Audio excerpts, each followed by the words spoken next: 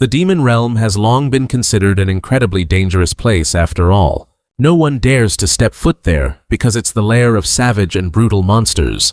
Even the world's top S-rank hunters, if they were to encounter them, would only have a death wish. Yet the moment they saw this young man, the whole swarm panicked and trampled over each other to flee in terror. It turns out, a few days ago, he had just arrived and accidentally took out the final boss with a single move. He has the ability to turn any part of his body into a weapon. Even the immortal magic beasts were skinned by him, to be turned into fur coats. From then on, every time the monsters saw him, they'd trigger coward mode and play dead terrified that this human would slice them up. Because even though he looks human, he is the strongest chimera monster ever created. After being worked to the bone for corporate greed, his body reached its limit. In the end, they decided to let him complete his mission in the demon realm with no return ticket. Poor number 17 is now just a disposable tool left chained and waiting for death on the battlefield. In the rocky region of the demon realm, a fierce battle is raging. Monsters flying in the sky are constantly being torn apart by razor-sharp beams of light. Number 17. In the form of a bizarre creature with sharp claws, is rampaging wildly, turning the battlefield into a heap of wreckage. Fighting this intensely, from beneath the ground, a giant monster with a mouth like a blooming flower emerges roaring to assert its dominance. Facing the massive enemy, number 17 doesn't flinch. A glowing blue electrical energy builds up, and then fires a massive bolt of lightning, consuming the entire target. The monster only had time to scream in agony before being obliterated by the destructive attack. Witnessing that terrifying power, the group of hunters standing in the distance couldn't help but be shocked and amazed. Seriously, it wiped out that swarm in one hit. However, anxiety was still clear on their faces as the gate still showed no signs of closing, even though it was already the third day. One person in the group spoke up to reassure them, "Don't worry too much. No matter how many monsters come, we can handle it, as long as we have that S-rank chimera." Meanwhile, the group of hunters began to mop up the small remaining monsters. Someone said, "We just need to finish off these stragglers." Just then, the notification that the gate was closing arrived, making everyone excited. "Sweet! The gate's closing right on time for shift end. Let's get out of here and go get some drinks, guys." As the group hurried toward the exit, a female hunter looked back at number 17 and asked, "Wait a minute, aren't we bringing that thing back?" Her colleague immediately dismissed the idea, stating they had orders not to bring it back. Even though the girl felt a bit regretful because of the value of an S-rank chimera, and felt grateful that thanks to it, the team didn't suffer heavy casualties, the other hunter coldly replied, "Don't empathize with it. Technically, that thing isn't a living creature. Things like that only know how to follow orders, that's all." Hearing that makes your chest ache. Left behind in the middle of the monster swarm, number 17 was still fighting frantically, even though his body was reaching its limit. In his mind right now, only a cold notification appeared. The current mission is only to ensure the hunter's safe retreat. Facing the final giant monster, number 17 gathered all his lightning power and fired a massive pillar of light, sweeping away everything in sight. The director's cruel instructions echoed in his head again. Understand. There is nothing more to it than that. When the mission ends, you don't need to return. Number 17's body was now completely shattered, his breath fading away. As he was left alone in the middle of the ruined battlefield, his last consciousness was just broken thoughts about ensuring the retreat before he completely collapsed onto the cold ground. The final mission was complete. The result of the battle was truly astonishing, with not a single hunter lost, while the total number of monsters annihilated reached 1,823. As his body began to dissolve, memories of the past that had been erased suddenly flooded back into his mind. Before becoming a killing machine, he had been a normal human kidnapped when he was only 9 years old.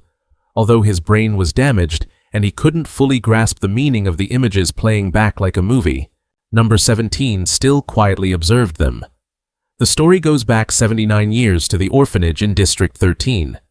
The boy back then was harshly scolded by the manager. "You threw stones at your friend just because you were teased. How many times is this now?" Faced with the child's silence, they coldly declared, "We can't look after you anymore." The boy was kicked out the door into the white snow and collapsed, from exhaustion and the bone-chilling cold. Just at that moment, some strangers appeared collecting the children drifting from the slums like merchandise. Out of the frying pan and into the fire, the boy was quickly put on an operating table, chained up to ensure he couldn't escape. When asked for his ID number, the cold answer echoed, "Number 17. The researchers began recording the experiment process, then stabbed a needle containing S-rank mutated silkworm cells directly into his body. The cruel experiment began as the men in white lab coats watched number 17's reaction through the screen. They exclaimed in surprise, "What? No side effects at all." Even though he had received special powers, his human appearance and personality remained intact. Realizing he possessed a special physique, they decided to keep injecting anything into it until there was a reaction. 64 years ago, amidst the ruins of the city, number 17, in the form of a teenager, had gathered glowing green energy in his hands, sweeping away the giant wasp monster, threatening the people. The woman hugged her small child tight, choking back tears. "Thank you for saving us." Moving to the 59-year mark standing in the middle of a battlefield full of monster corpses. Number 17 suddenly froze as chaotic thoughts rushed in. He wondered, "Wait, why am I here? What am I doing?" Just then, the researcher appeared behind him with a sinister smile. "In the middle of a fight and you freeze up remembering the old days, huh?" He laughed hysterically in extreme excitement. Finally, the side effects are appearing. 54 years ago, the experiment reports were continuously recorded in meticulous detail. The result of injecting over 500 different types of monster cells over 15 years created an at least S-rank hunter with immeasurable power.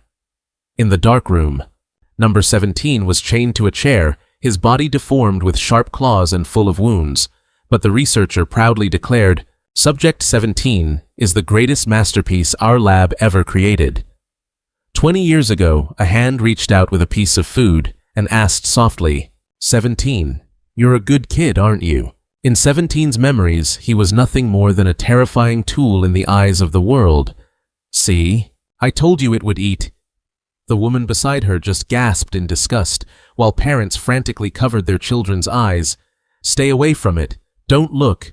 That freak is back." 3 days ago, in the middle of a fiery battlefield, 17 in his monster form unleashed all his power, releasing a massive surge of lightning energy. The monster finally collapsed, and his consciousness began to fade. Mission accomplished. In the middle of the desolate valley, a long trail of monster corpses stretched out under the twilight. Silence blanketed the ruins, but then from the few remaining white bones, a strange light suddenly flared intensely. It was 17, the Chimera Hunter. Inside him, 527 different types of monster cells. Right there, where only death seemed to remain, muscle fibers and blood vessels began to sprout, wrapping around his spine. It was miraculous. Everyone thought he was done for, but he resurrected like in an action movie. A heaven-shaking energy explosion occurred, marking the final transformation of the lab's greatest masterpiece. From the smoke and dust, a pair of bare feet stepped onto the ground. 17 now has regained his human form, Dogon. He looked at his hands in shock, wondering what was happening. "I'm human again." Standing in the middle of a canyon split in two by destructive power, he realized he had truly been reborn. However, his joy was short-lived when he realized the monster cells were still active, meaning he wasn't entirely human. Seeing that the lab hadn't come to retrieve him yet, he realized bitterly that he had been discarded. Lucky me, he thought. Even the experiment number on his wrist had vanished, freeing him from a life on the run. Dogon speculated that this miraculous transformation must be thanks to the fire-type monster's power, which has the ability to revive 3 times if the core isn't destroyed. It seems the human cells merged perfectly with the phoenix cells, helping his body not only recover, but also return to its prime. The fog in his mind, caused by the side effects of the experiments for so long, had vanished. In its place was a clarity of mind he'd never known. Even the magic sealing his commands was gone. Dogon questioned himself, so can I finally live like a human being now? To him, 17 was just a soulless number used to mark a test subject, and now it was time to reclaim his true identity. He recalled the researcher's mockery about his twisted personality and the advice from someone about trying to help others to save thousands of lives. Giving a faint smile, he muttered his name Dogon and mocked himself.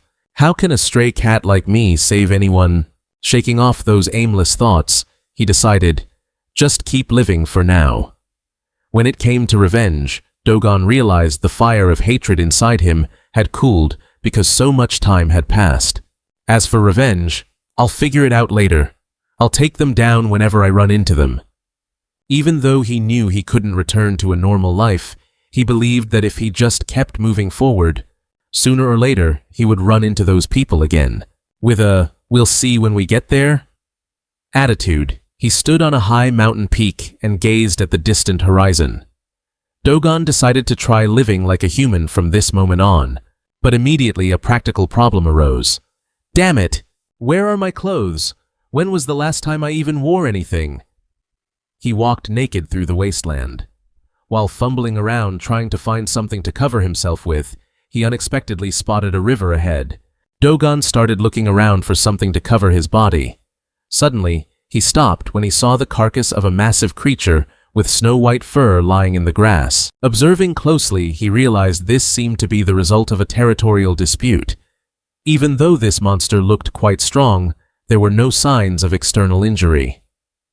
Dogon concluded, looks like it died of poison, but that doesn't matter. Just what I need a beast to skin.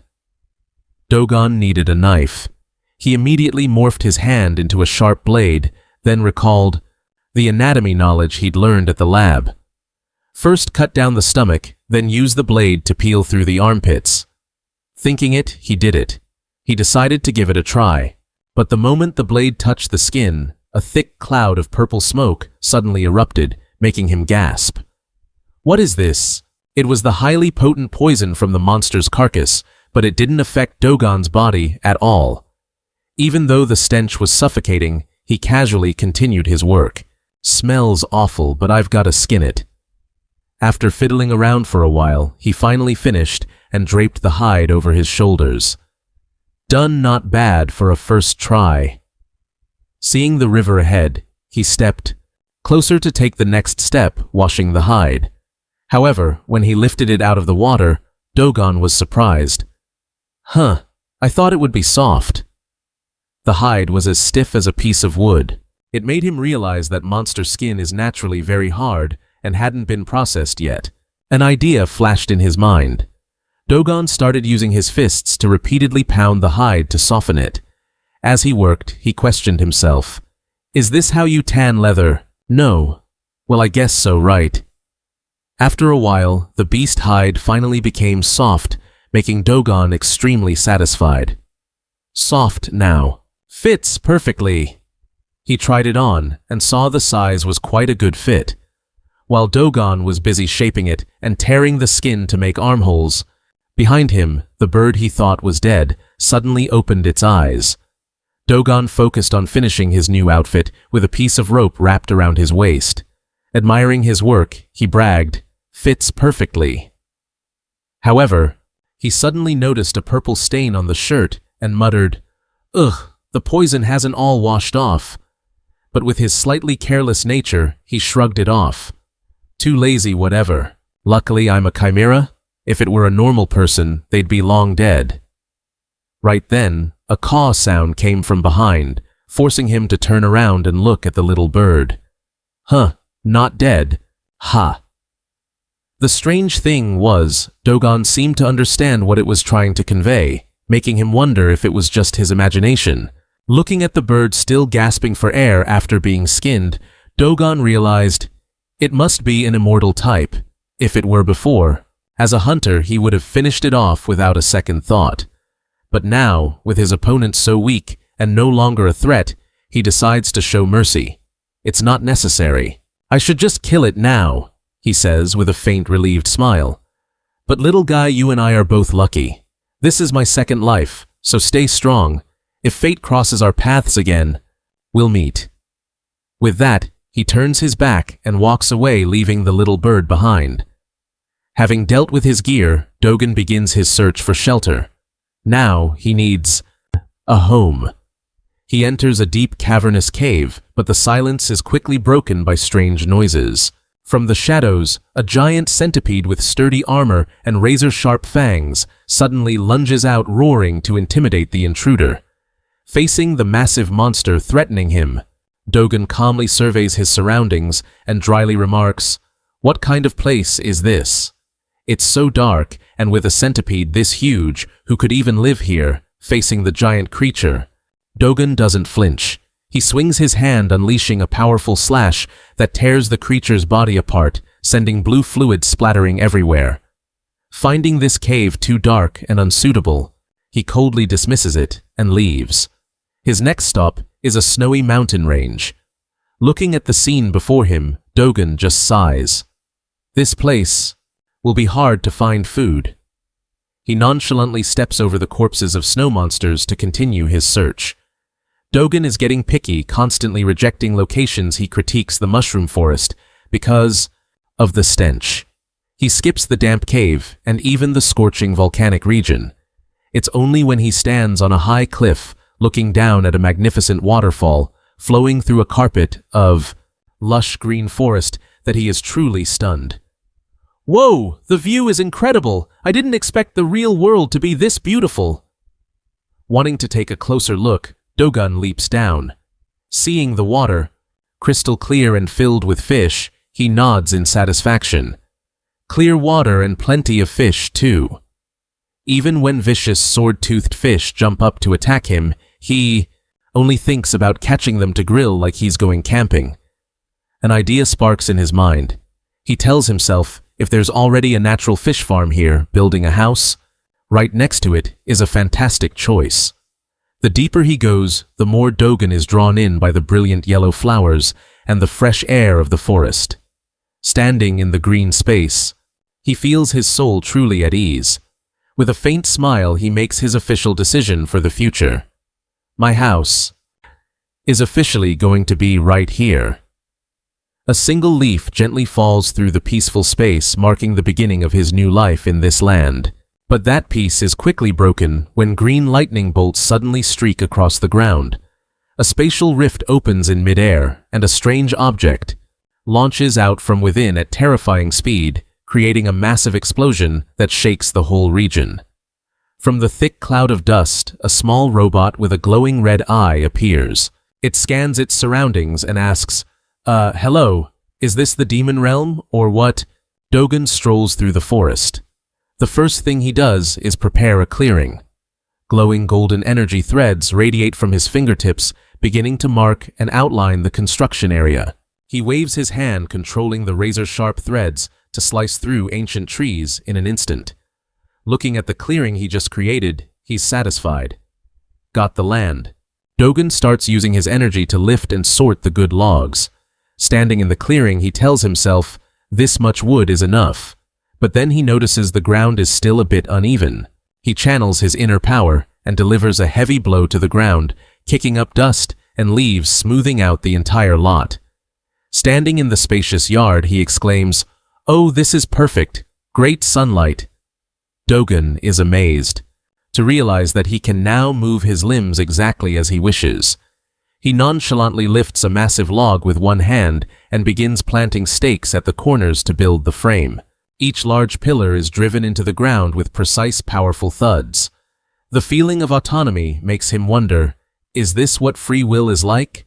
Congrats on escaping your job as an experiment for the lab. Dogen feels truly happy because this is the first house he has ever built with his own hands. Next, he quickly lays down wooden planks to make the floor. Since he has no nails, a bright idea strikes him: use the blue slime from a snail-like monster as adhesive for the walls. He knows this substance turns hard as rock when dry, though he's slightly worried. whether it's waterproof. After finishing and adding layers of protection around it, he stands with hands on his hips, admiring the result. Looks good. With this, most monsters won't come near. Looking at the house, just completed with its coating of slime and silk, Dogen feels incredibly satisfied. So cozy, I love it. But after observing it for a while, he feels a nagging doubt. It's still missing something. What could it be? He tries to rummage through his memory for the educational videos at the lab about model homes from before the gates opened. In those films, a typical house always had a garden and a pet. Dogen wonders if his front yard is missing something. Maybe something to plant, or maybe I'm missing a dog. But in this hellhole, where am I supposed to find one? He squats down looking at the empty lot, pondering. Plants. Maybe I should grow a vegetable garden. This garden, if it grows, the whole forest won't be able to sleep because of the screaming. But in this harsh demon realm, finding something to plant isn't easy. Suddenly, an idea flashes. Ah, the snowy mountains are nearby. He looks toward the towering, jagged peaks, radiating plumes of pitch-black energy. He comes up with a bold plant, a mandragora. Based on his knowledge, the ideal habitat for a mandragora is on snowy peaks, where the demonic energy is thickest. Walking through the white snow, Dogen mutters, "There's a lot of snow here, so I guess Snowy Mountain is a fitting name." The scene inadvertently brings back painful memories of the day he was kidnapped. Back then, it was also full of snow, and he had been so cold that he felt relieved when someone took him away. Looking at his bare feet walking casually on the freezing snow without any harm, he thinks to himself, come to think of it, being a chimera has its perks. I don't have to worry about freezing or starving to death. The higher he goes, the thicker the demonic energy becomes, signaling he is very close to his destination. As the snow starts to thin out, lush green sprouts appear in the barren land, making him excited. There it is. Good thing it wasn't a wasted effort. Because mandragora are monsters extremely sensitive to stress, even the slightest environmental change is enough to kill them all. So he decides to choose young ones to make them easier to transport. I'll pull the little ones, they'll be easier to raise. They should adapt quickly. He starts to lift the roots of a sprout, but doesn't forget to remind himself. Maybe I should cover my ears. They scream really loudly. But just as Dogen lifts a mandragora sprout, instead of the heart-wrenching scream from legends, it only lets out soft, innocent squeaks. He blankly wondered, what on earth is this? He picked up a few more, but they stayed quiet, even nuzzling his hand as if in a dream. Dogen couldn't help but wonder if these little guys were sleep-talking. In reality, the so-called scream of a mandrake only happens when they are cultivated by humans. In the human world, the low demonic energy levels keep the species in a state of extreme stress, so if forced out of the ground, they scream and die instantly. But this is the demon realm, their natural habitat. It makes sense that they aren't screaming, though Dogen still finds it strange that they didn't resist or run away even after growing to this size. A theory suddenly struck him. Maybe the little guys think I'm a plant too. Remembering he carries mandrake cells within himself, he smiled in satisfaction, knowing this helped the seedlings stay, relaxed and nonchalantly tucked them into his belt to take home. Dogen started daydreaming about caring for them, so that later, he could harvest some roots for tea or a side dish with fruit.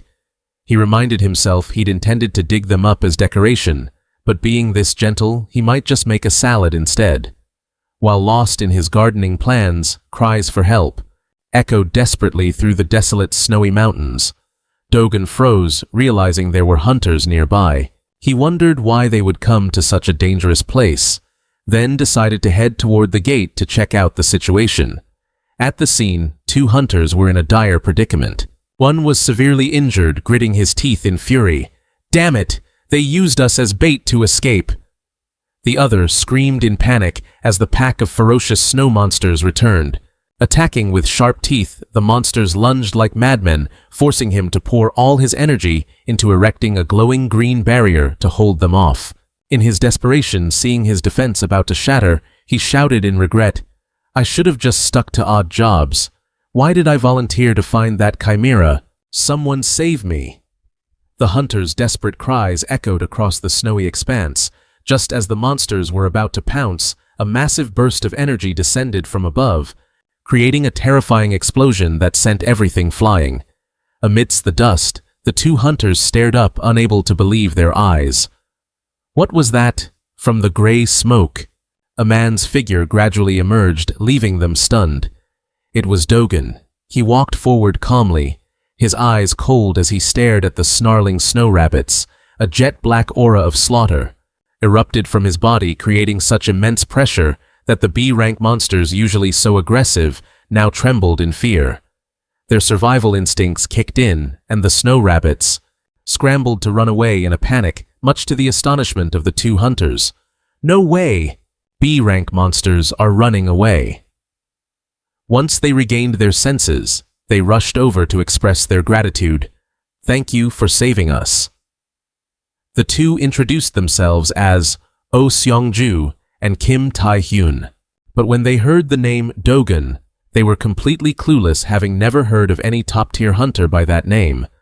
Dogen looked at their miserable state and bluntly asked, "Why are you guys here? You look like D-ranks. You must know how dangerous the snowy mountains are, right?" He bitterly confessed, "It was for the money. When you're poor, you have to take risks. What else can we do?" Apparently, there was a request to capture a live chimera with a huge reward. Hearing the word chimera, Dogen was briefly startled and worried, but when Tae-hyun explained it was a mechanical creature that had jumped into the gate while fleeing, he breathed a sigh of relief knowing it wasn't him. Planning to leave after taking the gate, Crystal Dogen noticed they had nothing left on them, so he asked about their gear. Seongju clutched his bleeding wound, gritting his teeth in anger. "Our teammates borrowed our gear and ran off." Seongju bitterly realized his mistake. "We should have known better when they let B-rank hunters tag along." Thinking about how all their gear had been stolen, he trembled and asked, "Dogen, are you planning on heading back? We're nearing our limit. You know what happens when you're infected by demonic energy." In reality, the time a hunter can survive in the demon realm depends on their awakening level. If they don't return to the human world to purify, they will definitely perish. Meanwhile, Dogen wasn't affected at all thanks to his unique body. Dogen's gaze suddenly sharpened as he sensed a strange energy. There it is. He stomped, creating a deep pit, then leapt high into the air with terrifying speed. The two hunters could only stare blankly and shout after him, "Dogen, where are you going? Take us with you." Their desperate calls faded and vanished into the white snow. In another area, the small robot was still quietly observing its surroundings with glowing yellow eyes. It silently assessed the situation. "This place seems dangerous." Immediately, the traitorous group of hunters lunged from behind to surround it. "It's time, catch it now. All of you get in there." Seeing the enemies approaching with weapons in hand, the robot immediately switched to combat mode, its eyes turning a fierce, murderous red. It coldly concluded, "You find me a threat, then I'll just wipe you all out to save the trouble." Dogen arrived at the scene, but only saw a desolate sight.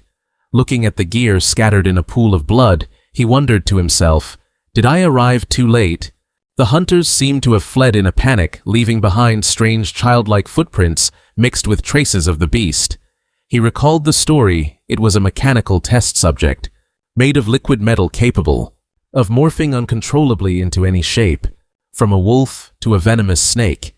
Even though it was only the size of a child and materials were scarce, the fact that it had wiped out 5 B-rank hunters alone made Dogen smirk. Not bad. Meanwhile, Seongju's condition was extremely critical. He collapsed at the base of a tree, his breath shallow. "I think I'm done for. My body has been destroyed by the demonic energy." Tae-hyun painfully held his teammates, screaming in tears, "Don't talk nonsense. Your kid is about to be born. Remember in his dying moments." Seongju could only entrust his final words for his wife, leaving Tae-hyun to sob in desperation, praying for a miracle. And then, a pair of bare feet stepped into the beam of blinding light. Tae-hyun looked up stunned to see Dogen appear like a god, but on his back he was carrying the entire pile of luggage and gear that the other hunters had abandoned. Huh, Dogen brought all of our stuff back, Taehyun stammered in shock. He hurriedly knelt and bowed desperately. Please, Dogen, we beg you, please save us, Dogen. Calmly looked at the closing portal and muttered, "Ah, right. No more portal stones left." He knew very well that in this lawless demon realm, once hope is lost, it's all over. Seeing Dogen still hesitant, Taehyun, trembling, pulls out a stack of checks totaling 2,000,000 won. "This is our only ticket to survival, please. All we need is one purification pill." Looking at the money in the hands of the hunters standing on the brink of death, Dogen thinks to himself, even if it's worthless right now, it will definitely come in handy when he returns. Without a word, Dogen hands the crystal to them and says, "Here." Dogen muses over the cash in his hand and asks, "Gate crystals used to cost 200,000 won, right?" Taehyun replies with surprise, "No, it's about 1,000,000 won now. Why do you ask?" "Oh." Dogen approaches Seongjun, who is drifting in and out of consciousness. He reaches out, muttering, "I just thought that was a bit much." Immediately, Dogen places his hand on Seongjun's chest, unleashing a flow of mana. A brilliant blue light envelops his body. Taehyun screams in a panic, "Seongjun, Dogen, are you doing a mana transfer?" He knows full well that mana transfer is something even A-rank hunters dread, because if two people's mana clashes and gets tangled, their mana cores will shatter, killing them both. Yet a blinding light suddenly erupts. Seongjun wakes up, clutching his chest in amazement. "Huh, the demonic energy is gone, I'm actually alive." The two hunters embrace each other, sobbing with joy. "We're alive, Taehyun, we're actually alive." Dogen doesn't pay them any mind. He turns his back and walks away. "I'm heading out now." Behind him, the two of them are still kneeling on the ground, shouting, "Thank you, Dogen, we will never forget your kindness," in their minds at that moment. There is only sheer terror regarding Dogen's true identity, because without an incredibly powerful mana source, purifying stagnant energy through a mana transfer is impossible. After a long journey, Dogen finally returns to his small wooden cabin deep in the forest. He scans his surroundings and nods, satisfied. Home sweet home. Everything's still intact. No thieves stopped by. Dogen bends down to check on the mandragora sprouts tucked at his waist. You guys awake? You must be tired from the long trip. Look, your leaves are dropping." He gently places them down on the empty patch of dirt in front of the house. Time to get planted. However, the mandragora seem unhappy. They let out whining, sulky noises. "You don't like it. You don't want to be moved." He suddenly realizes perhaps they are hungry because they couldn't absorb nutrients during the trip. He holds up a finger containing a drop of glowing blue mana. "Ah, are you hungry? Since you couldn't absorb nutrients while we were moving, how about a little mana? You guys usually love this stuff." Raising monsters feels just like raising pets. Receiving the rush of mana, the little mandragoras immediately perk up, making Dogen wonder if they really are monsters at all. Putting that aside, he senses a strange energy source, following him, and immediately guesses it's what the hunters were looking for. Even knowing the robot is hiding in the bushes, he remains calm, trusting that if it wants something, it will show itself sooner or later. Back home, Dogen carefully stashes the money he just earned. He sets it aside for later and starts excitedly exploring the loot in the backpack. "Let's see what I've got here." Inside is an entire treasure trove for someone living in the wild. From a mini gas stove and 8 gate stones to spare clothes and a sleeping bag, Dogen inwardly marvels at the hunter's thorough preparation. But the thing that excites him the most is a packet of spicy instant noodles. With his stomach grumbling, he decides, "Perfect, I'm starving, time to cook." According to the recipe, noodles need 500 milliliters of water. Dogen goes to the creek and estimates the amount of water for the pot. Just then, a giant monster fish leaps out to attack, but in his eyes it's just a fantastic side dish. Oh, nice. People usually put all sorts of things in noodles. Fish should be good too. That topping is a bit oversized for the pot, sir. He continues searching for ingredients to replace the eggs and green onions, and discovers a strange nest of eggs. These are eggs, right? Should be a decent substitute. Not stopping there, Dogen climbs a tree to pick some herbs to replace the green onions, then quickly returns to set up the fire. Got all the ingredients. Time to head back. He has no idea that the little robot is still tailing him, observing with curiosity. He's cooking. Standing in front of the lit gas stove, Dogen starts to look puzzled at the giant fish, unsure when exactly to put it in the pot. Thinking and doing at the same time, Dogen nonchalantly dumps all the chaotic ingredients into the pot, telling himself, "Guess just boiling it all together will work." Even though there's a voice in his head warning him that it won't taste good, he ignores it. The pot of noodles begins to boil violently, releasing a cloud of pitch-black smoke and a strange odor that makes the nearby mandragoras pinch their noses, their faces showing clear signs of disgust as if they're about to pass out. Dogen himself begins to doubt it. Wait, do noodles usually smell like this? The pungent aroma wafts far away, catching the attention of the robot hiding nearby. It keeps sniffing its empty stomach, making it unable to resist. It smells so good. I want to eat it. I have to pretend to be a poor dog to beg for some. Recalling what it saw at the lab, that humans love dogs and often share food with them, the mechanical creature instantly changes its shape.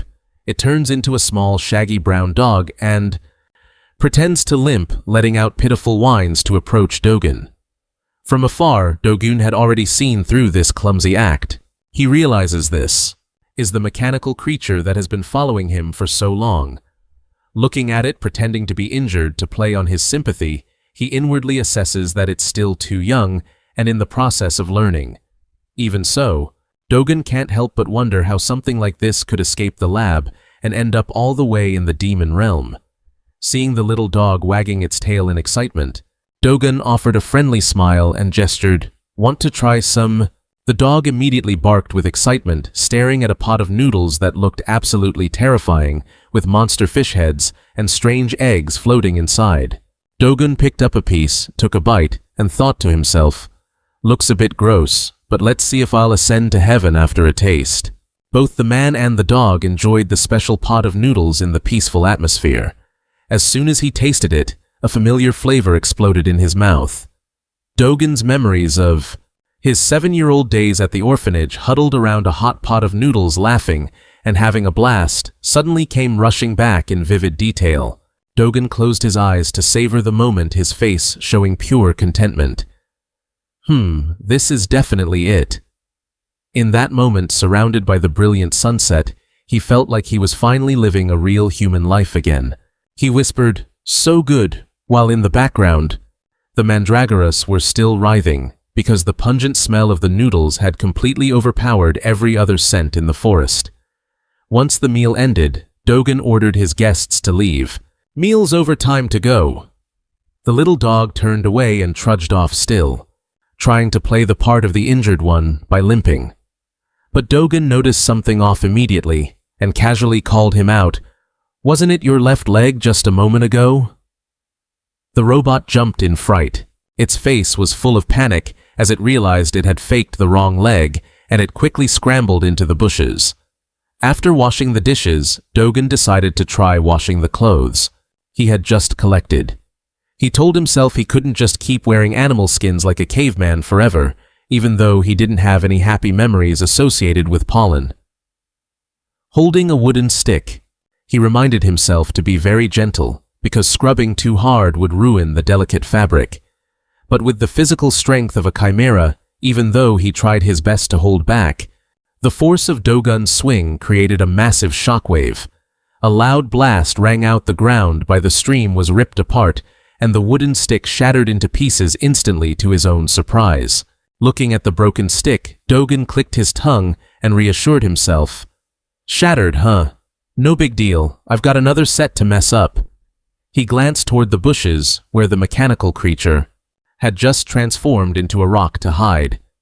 Dogen couldn't help but wonder why it had been lurking around for so long, from the moment he started cooking until he was admiring the vibrant yellow flowers.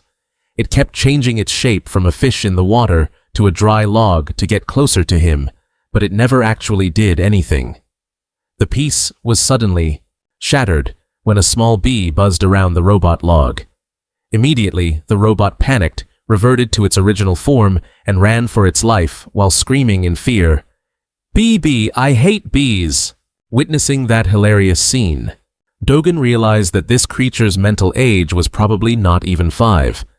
Its stiff, robotic way of speaking was a common reaction in chimera children who had been forcefully pumped with knowledge in a laboratory.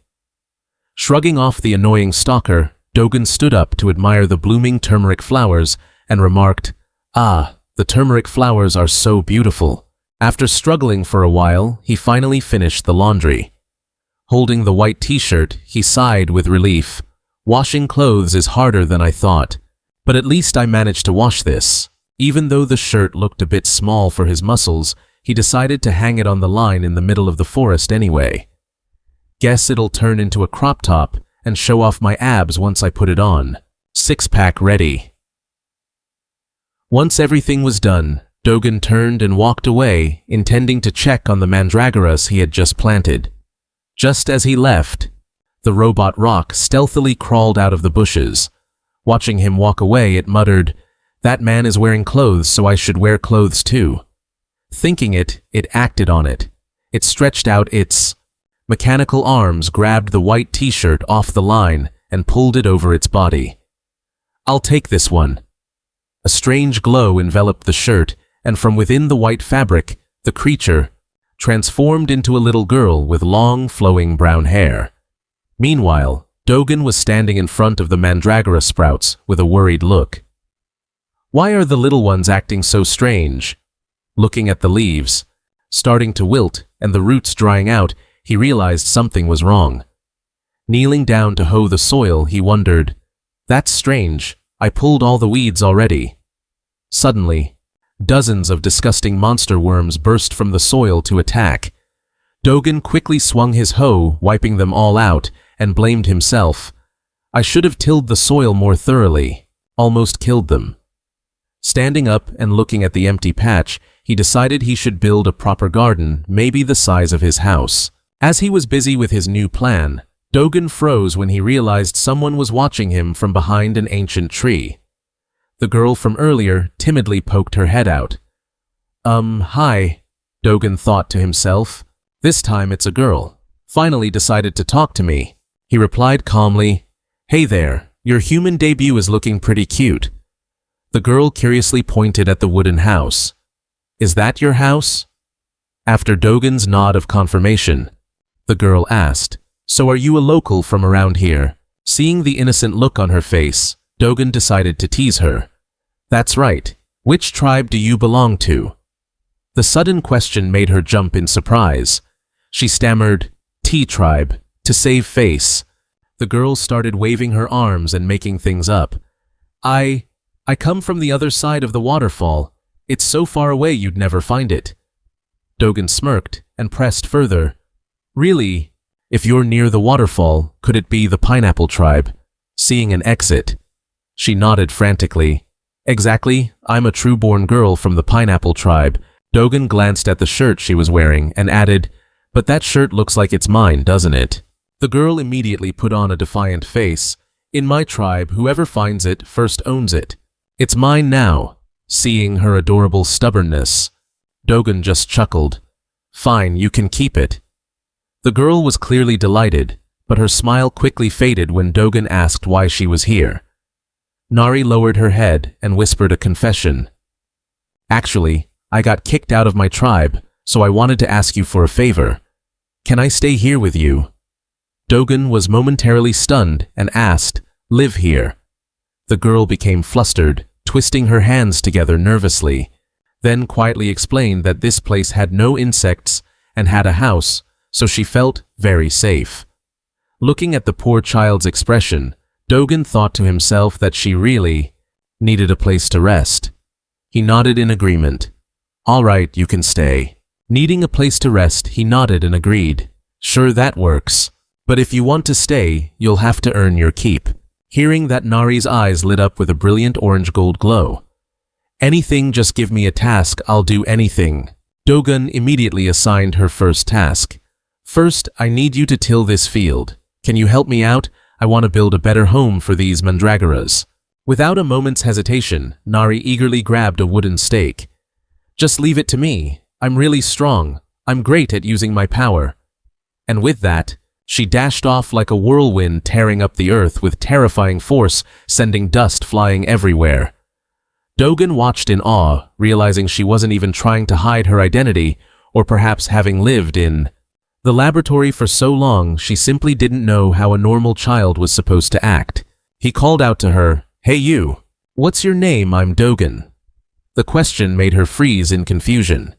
Name? Since she didn't have a real name, she decided right then to give herself a cool new one. Suddenly remembering a beautiful flower she'd seen the other day, she held the wooden stake high and declared, "Done deal. My name is Kim Nari. And don't you dare call me Saffron."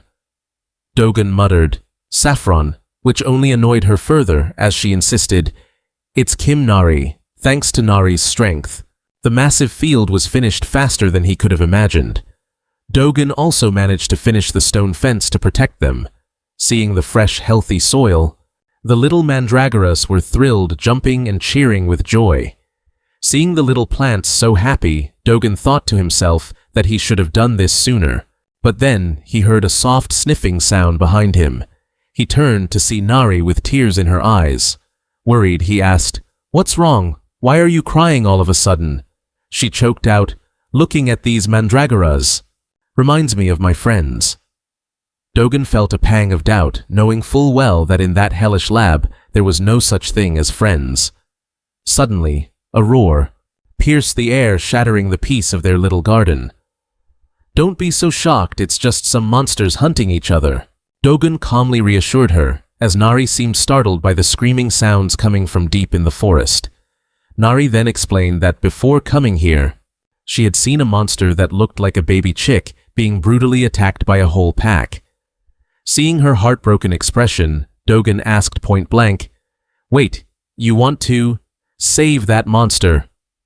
Realizing Nari was still being affected by the brainwashing, making it hard for her to act on her own, Dogen decided to make a suggestion. Instead of an order, he tried to help her break her mental barrier. "If you like it, just go for it. Are you just going to stand there and watch it die?" That was all she needed. Nari immediately leaped into the air and charged straight toward the battlefield with terrifying speed. Below, a small white monster lay curled up completely helpless against the razor-sharp claws of a pack of giant mantises that were just waiting to tear it apart. "Stop bullying it!" Nari screamed, delivering a powerful kick that sent the monsters surrounding it flying in an instant. Her eyes burned with determination as she looked at the trembling little creature at her feet. "I'll save you." This act of bullying unintentionally stirred up traumatic memories from the lab, where other kids would frantically beat a tiny test subject just out of fear of being subjected to dangerous experiments themselves. The screams of, "We want to live too," and the cruel punches from those days seemed to play out clearly in Nari's mind. Her anger exploded, and Nari shouted through her tears, "Stop it! Bullying like this is wrong." She poured all her power into her fist, creating massive earth-shaking energy blasts that wiped out the pack of mantises. Chunks of flesh and green fluid splattered everywhere under the sheer power of the little chimera protecting the weak. So cool, guys. Meanwhile, Dogen was still casually back at home tending to the mandragoras. The peace was quickly broken when Nari came running back, frantically clutching the little monster, which had its eyes tightly shut, looking absolutely panicked. "Sir, it won't wake up. What do I do?" Dogen tried to tell her to calm down, but when he took a closer look at the snow-white creature, with a flame on its head lying limp in Nari's arms, he froze in surprise. A thought flashed through his mind. "Wait, this monster. It looks familiar." Nari sobbed uncontrollably, her orange-gold eyes streaming with tears as she held the little thing tight and yelled, "Dogen, help! It's gone, isn't it? Why won't it wake up no matter how much I call it?" She was trembling with fear, terrified that the poor little monster was on the verge of death. Dogen stepped closer, observed it calmly, and gently said, "Let me have a look." He channeled glowing blue mana into his fingertips and touched the snow-white creature. After checking it carefully, Dogen breathed a sigh of relief. Phew, looks like there are no fatal injuries. Seeing the color fading and its tiny size, he recalled the giant bird he had encountered once before.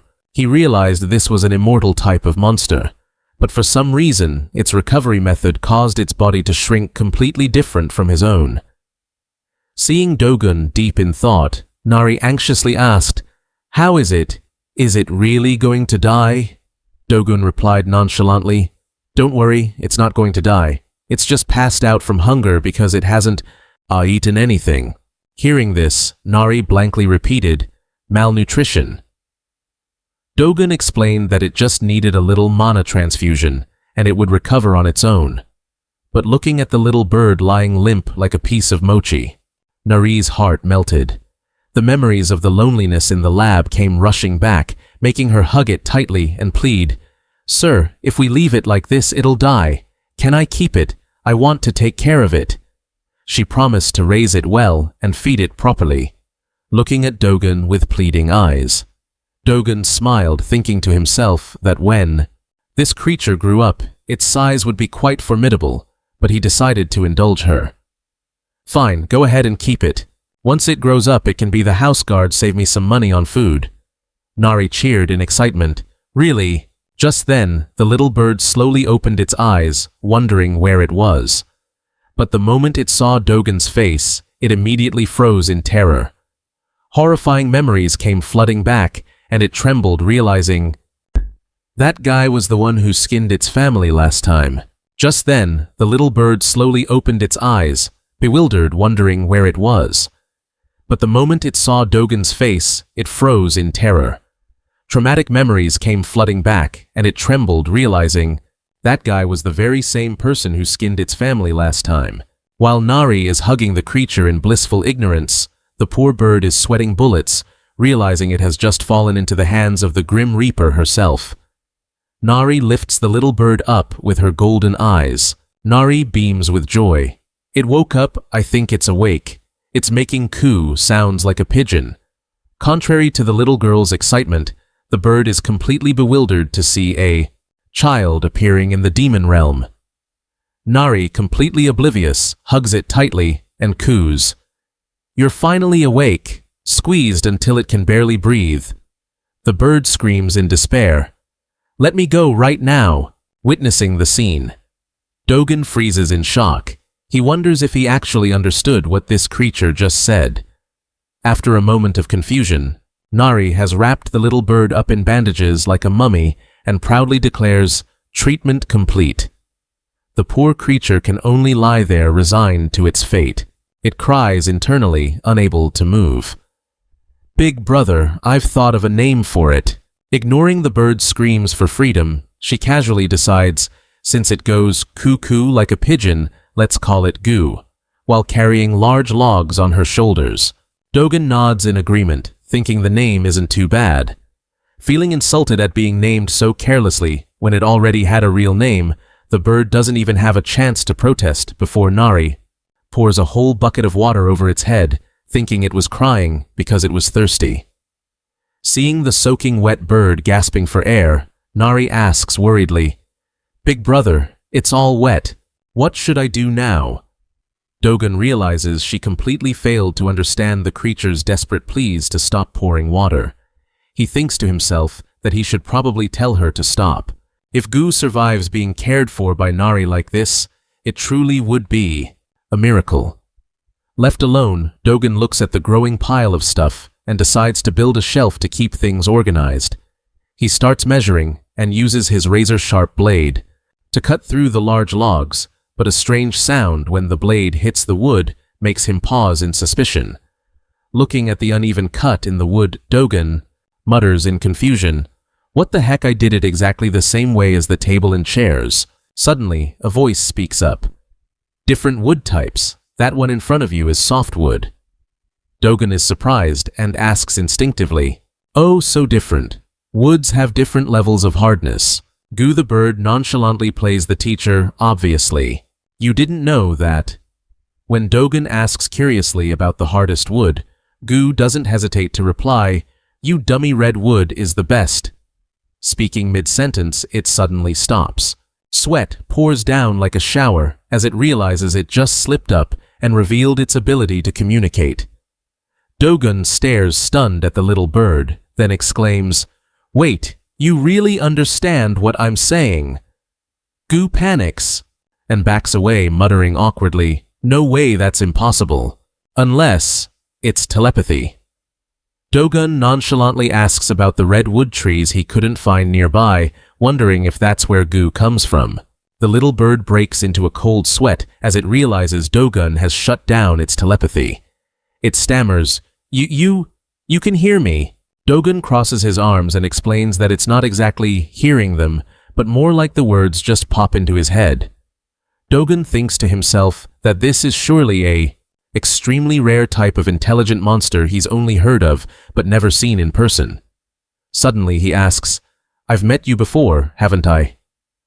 Gu admits, "Yes, I've really wanted to see you again." Dogen is surprised, "You want to see me?" "Why?" Gu replies sincerely, "Whatever the reason, you saved me." It remembers the back of Dogen's figure, when he saved it from the flames back then. Gu promised itself that if they ever met again, it would definitely help him once. Turns out, when its power was stripped away, the poison in its body also vanished, keeping its core of immortality intact so it could survive. Hearing this, Dogen gets straight to the point. "Good. So can you help me with this now?" Seeing Gu look surprised, he points to the unfinished woodwork.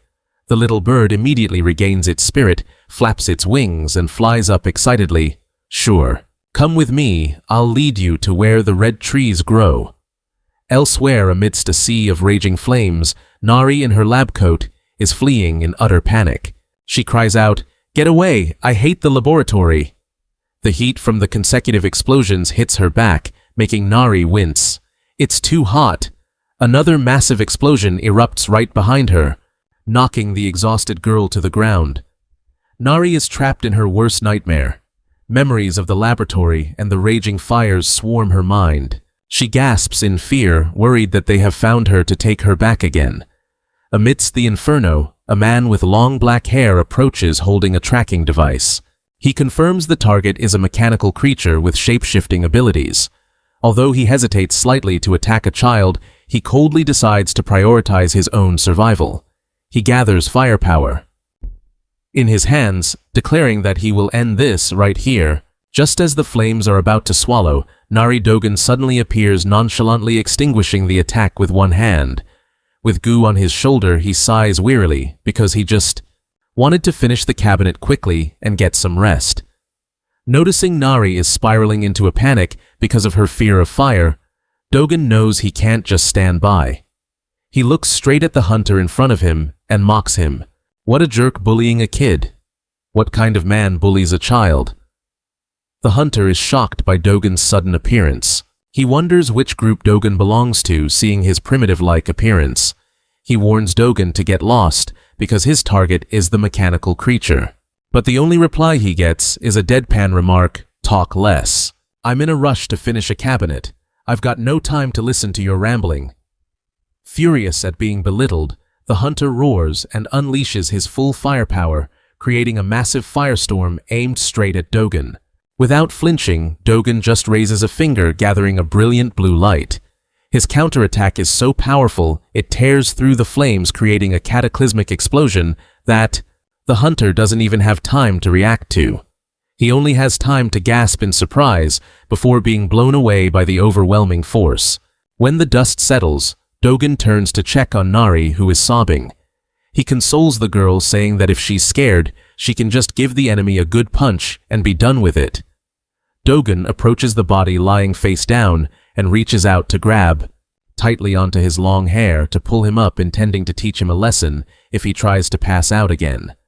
But a shocking truth is revealed that leaves even Dogen frozen. The entire long black hair is actually just a wig, revealing the bald, shiny head of the hunter lying gasping on the ground. Dogun stares blankly at the wig in his hand, then exclaims, "What the heck is this guy for real?" So young, yet she just stared right at the shiny bald head of the guy who was threatening her. All her fear vanished as she burst into laughter. "Haha, that bald head is hilarious. I'm not scared anymore."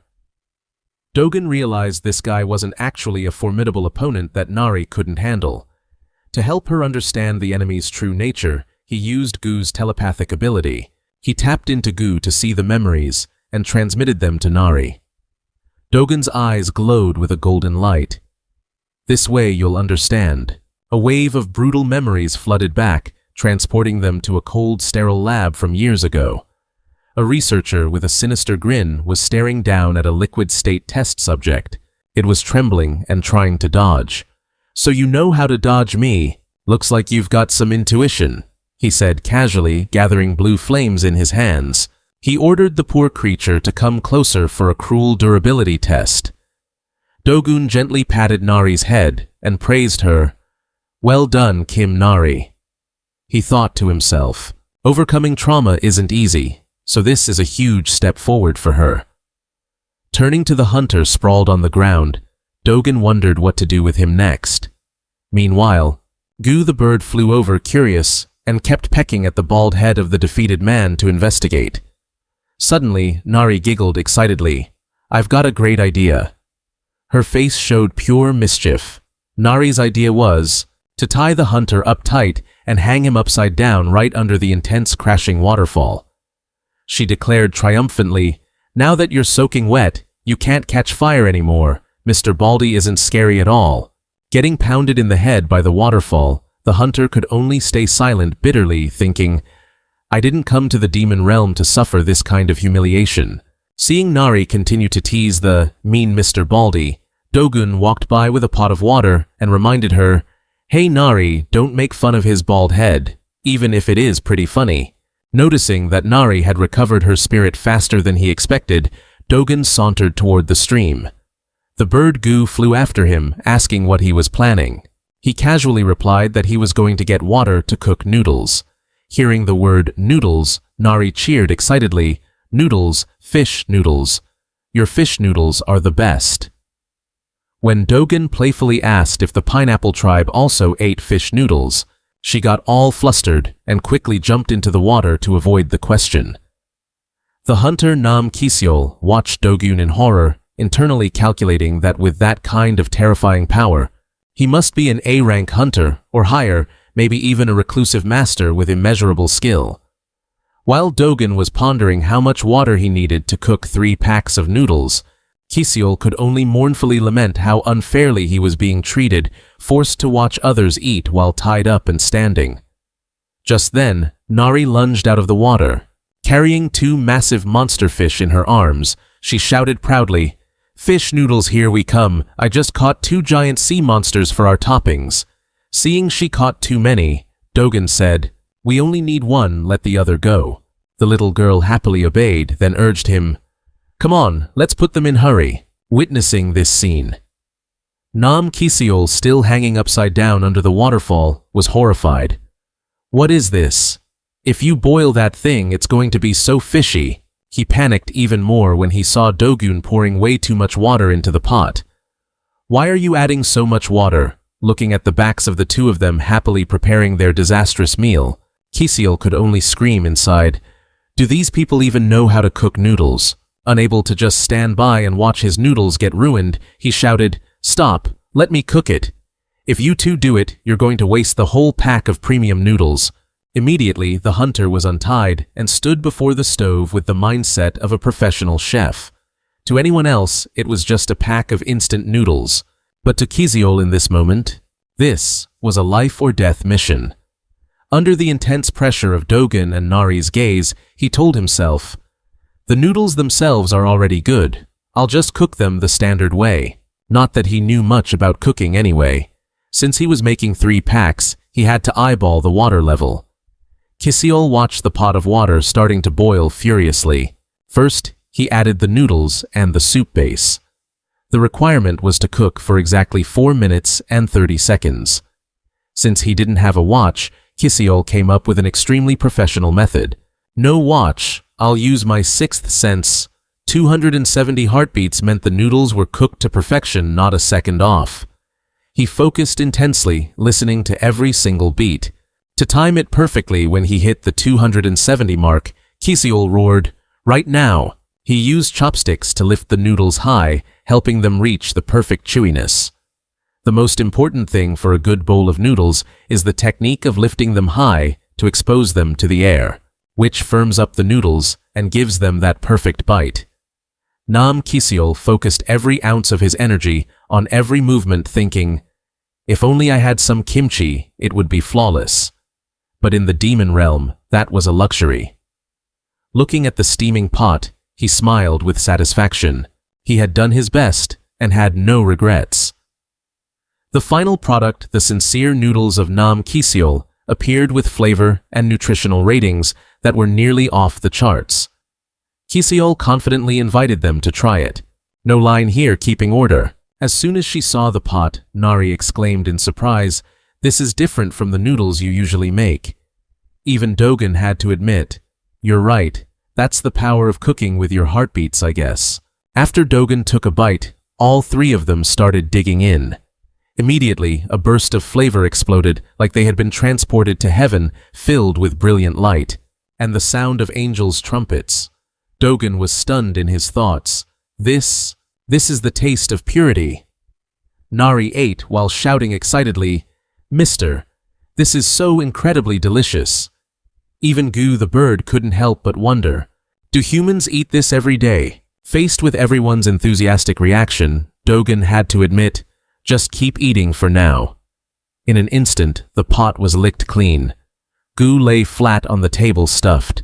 Seeing everyone satisfied, Kisiol scratched his head and asked, "Haha, so was it to your liking?" Dogen put down his chopsticks, looked Kisiol straight in the eye, and said seriously, "The noodles are great. I don't want to eat you instead. Whatever you want, just say it. I'll accommodate you." Kisiol froze for a moment, swallowed hard and felt the tension. Suddenly, the bald hunter dropped to his knees and smashed his head against the ground, shocking Dogen. Kisiol roared, "Please teach me. I'm the hunter Nam Kisiol, and I want to be as strong as you, big brother." Dogen was left stunned with a face full of question marks. "How did I become big brother all of a sudden and teach you what?" Nam Kisiol, still kneeling on the ground, kept buttering him up. "You're the strongest hunter I've ever met. Big brother, I see you've settled in quite nicely here, boss. So I can cook up plenty of other dishes to serve you guys, and I've actually got credentials for it too. I even brought up my family background to prove my skills. My dad runs a small chicken joint, so I'm really good at frying chicken."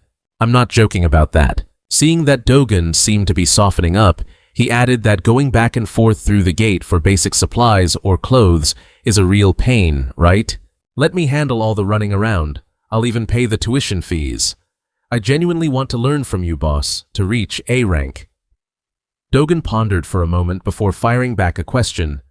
"Let me ask you something first. Why did you target Kim Nari? Was it for the bounty?" The question left Kisiol stunned. Kim Nari is a mechanical life form. Seeing Nari innocently pick up the entire pot and slurp down the rest of the noodle soup behind him, Kisiol could only mutter a submissive response. He started tearing up, pouring his heart out. "It's a personal reason, so it's a bit hard to explain, but I don't need the bounty, and I don't need Kim Nari either. I just need to pass the exam. I just need to rank up as a hunter, that's all I want." Seeing the guy's sincerity, Dogen coldly ordered, "Is that so? Get up then. I've had a good meal, and this is the least I can do." As he spoke, Dogen emitted a powerful wave of pressure. "Let's start with a practice spar." Since the last one ended too quickly, Kisiol cheered with joy. "Thank you, boss." Just then, Nari slammed the pot onto the table and loudly declared, "I want to be your opponent." "Uncle?" To Dogen's surprise, she stated with determination, "I already told you. If something is scary, you just smash it flat. I want to try smashing that fireball too." Seeing this, Kisiol smirked and teased, "I think you've forgotten, kid. The The boss is just naturally strong. It's not like I'm weak or anything, you know. Dogen cut off the argument. Your name is Nam Kiseok, right? Can you break that? He pointed toward the pitch-black block of dark iron ore sitting nearby. Kiseok looked at the block of stone and broke into a cold sweat. That's dark iron, isn't it? It's a type of stone many times harder than diamond. When asked if he could do it, he laughed it off and waved his hands. No way, this thing is way too hard. You'd need to be at least A rank to break it. Immediately, a loud explosion rang out. Nari landed a thunderous punch, crushing the block of stone, which was harder than diamond, into tiny fragments. Kisal was terrified. Like father, like daughter, indeed. The bald hunter stood, frozen sweat streaming down his face, unable to believe his own eyes. How is that even possible? Nari now stood proudly on the chair, her eyes glowing with a challenging light. She held out her palm, which was radiating a powerful aura, and shouted in a firm voice, "Come on, Baldy, let's fight." Nam Kiseok was actually a natural awakener, once a promising hunter with a bright future. At 8 years old, he already had superpowers, the legendary perfect kid everyone talked about. Combined with his hard work, by the time Kisal was not even 20, he had already climbed to B+ rank. Handsome, muscular, and with fangirls blocking his path, this explosive growth brought him fame. It made him dream of the day he would become the strongest hunter without a single flaw.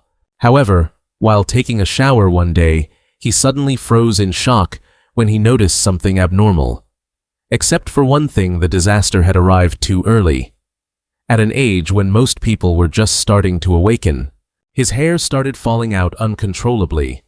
By the time he turned 20, the top of his head started thinning, and by 25, his hairline had turned into an M shape.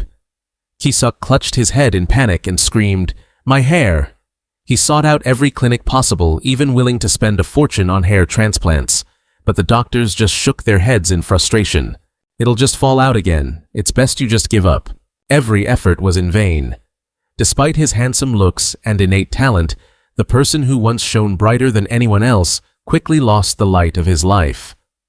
At a promotion test, a cold announcement rang out. Number 307, Nam Kiseok fail. Kiseok collapsed on the floor amidst the mockery regarding his A-rank ambitions as his progress came to a complete halt. In a dark room filled with empty liquor bottles, Nam Kiseok lay sprawled on the sofa with a blank expression. On the TV screen, a guest program was introducing Dr. Han from the Korean Research Institute. He started talking about an interesting study regarding liquid metal, a compound extremely rare, even in the demon realm. With a smug smile, the 90-year-old doctor took off his hat to reveal a thick, silvery white mane of hair, claiming that because he accidentally spilled some of that compound on his head, his hair grew back miraculously.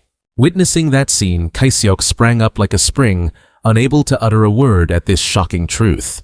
When he heard the doctor announce he would use the rest of the liquid metal to build a mechanical life form for the safety of humanity, Kiseok roared at the screen in a rage.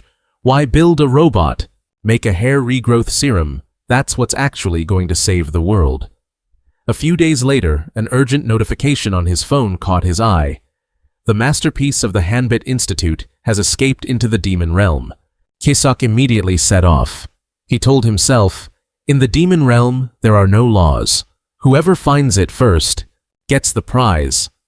With an intense determination to fill his bald head at any cost, he plunged into the search for the mechanical creature.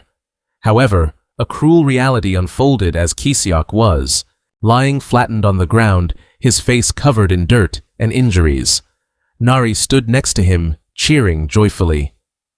"I won again!" Kisal trembled, terrified by the girl's terrifying power. Dogen stood from afar, clicking his tongue in disappointment. Down on the floor again. What kind of fighting is this, getting beaten up by a kid without missing a beat? Hearing that, the bald hunter tried to drag himself up, yelling with determination, "I'll try harder. Just watch, boss." Meanwhile, Dogen had finished assembling the redwood storage cabinet according to Gu's instructions. He satisfyingly patted the sturdy surface. "Perfect. The redwood storage cabinet is done, and it's truly solid. Thanks for the tips. This thing is going to last a long time. Meanwhile, Dogen had finished building the storage cabinet out of redwood, just as Gu instructed. Satisfied, he patted the solid wood surface. There we go, all done. This redwood cabinet is seriously sturdy. Thanks for the tips. This thing is going to last a long time. Watching the hunter's back as he struggled in the distance, Dogen couldn't help but admire his grit. Nam Kyu Seo had been getting beaten to a pulp all day long. But deep down, the bald hunter felt a sense of freedom he'd never known before, perhaps because he'd finally shed the burden of that wig, and he poured every ounce of his will into his flaming hands. He wondered to himself, why do I feel so free? Is it because I finally threw away that wig? Kiseo roared with determination. Kim Naji one more time, and unleashed a powerful blast of fire surrounding his body. Witnessing the scene, Gu the bird nonchalantly remarked that his fire control wasn't bad, but if he couldn't take down a kid, it was all for nothing. Standing beside him, Dogen had to admit, that was because Naji wasn't your average child. Refusing to give up, Kiseo stomped to gain momentum and launched himself like a fiery arrow. This time for sure, I'll win. Facing the scorching attack, Naji calmly replied, Go ahead, uncle. Just as Kiseo's fist connected, a strange phenomenon occurred, leaving him stunned as he gasped, What is this? Naji's body suddenly liquefied, melting into a substance that clung tightly to Kiseo's arm, completely neutralizing his flames. Talk about a hard counter. Taking advantage of his liquid state, Naji slipped through the attack and landed a powerful kick, sending Kiseo flying. The impact was so strong, it embedded the hunter's body deep into the cliff wall. Creating massive cracks and a cloud of dust, Nari jumped for joy, cheering excitedly, I'm not scared of fire anymore, thanks to you. Lying stuck in the rocky hole, Kiseo began to sink into a bitter train of thought about the limits of someone stuck at rank B forever, with no useful skills left to fight back. However, the will of a man who doesn't know how to give up flared once more. He told himself, a few wounds like this can't stop me. Covered in injuries, Nam Kiseo stood tall and roared, one more time, Kim Naji. But just as his spirit reached its peak, he looked bewildered as blood began to trickle from his nose. Right then, Dogen strolled over and asked a pointed question. How many days have you been in the demon realm? Kiseo wiped the blood away and replied respectfully, Today is the 9th day, sir. Dogen advised him to head back, because at his current level, if he stayed any longer, the demonic energy would surely kill him. Even though he wanted to stay longer, the bald hunter reluctantly agreed. Seeing this, Dogen offered some encouragement. By the way, you actually have the potential to reach rank A, so keep working hard. Kiseo was stunned, unable to believe his ears. Me, sir. He hung his head and confessed that he had failed the rank A exam for 5 consecutive years, and people say if you don't pass within 3 years, there's no hope left. But Dogen insisted firmly, Don't get discouraged. Your mana tank is still full. You haven't used it all yet. Give it your all. I believe you can do it. The sincere encouragement moved Kiseo to tears. He choked up, Yes, boss, before Kiseo stepped into the portal. Dogen didn't forget to remind him to properly purge the demonic energy once he arrived. The hunter bowed deeply and shouted with determination, Thank you, boss. Nam Kiseo will do his best. Please keep watching over me. Watching his back disappear into the light, Dogen silently calculated how to turn this guy into a rank A errand boy for himself. He anxiously asked, Does anyone need anything else? I think we're out of ramen.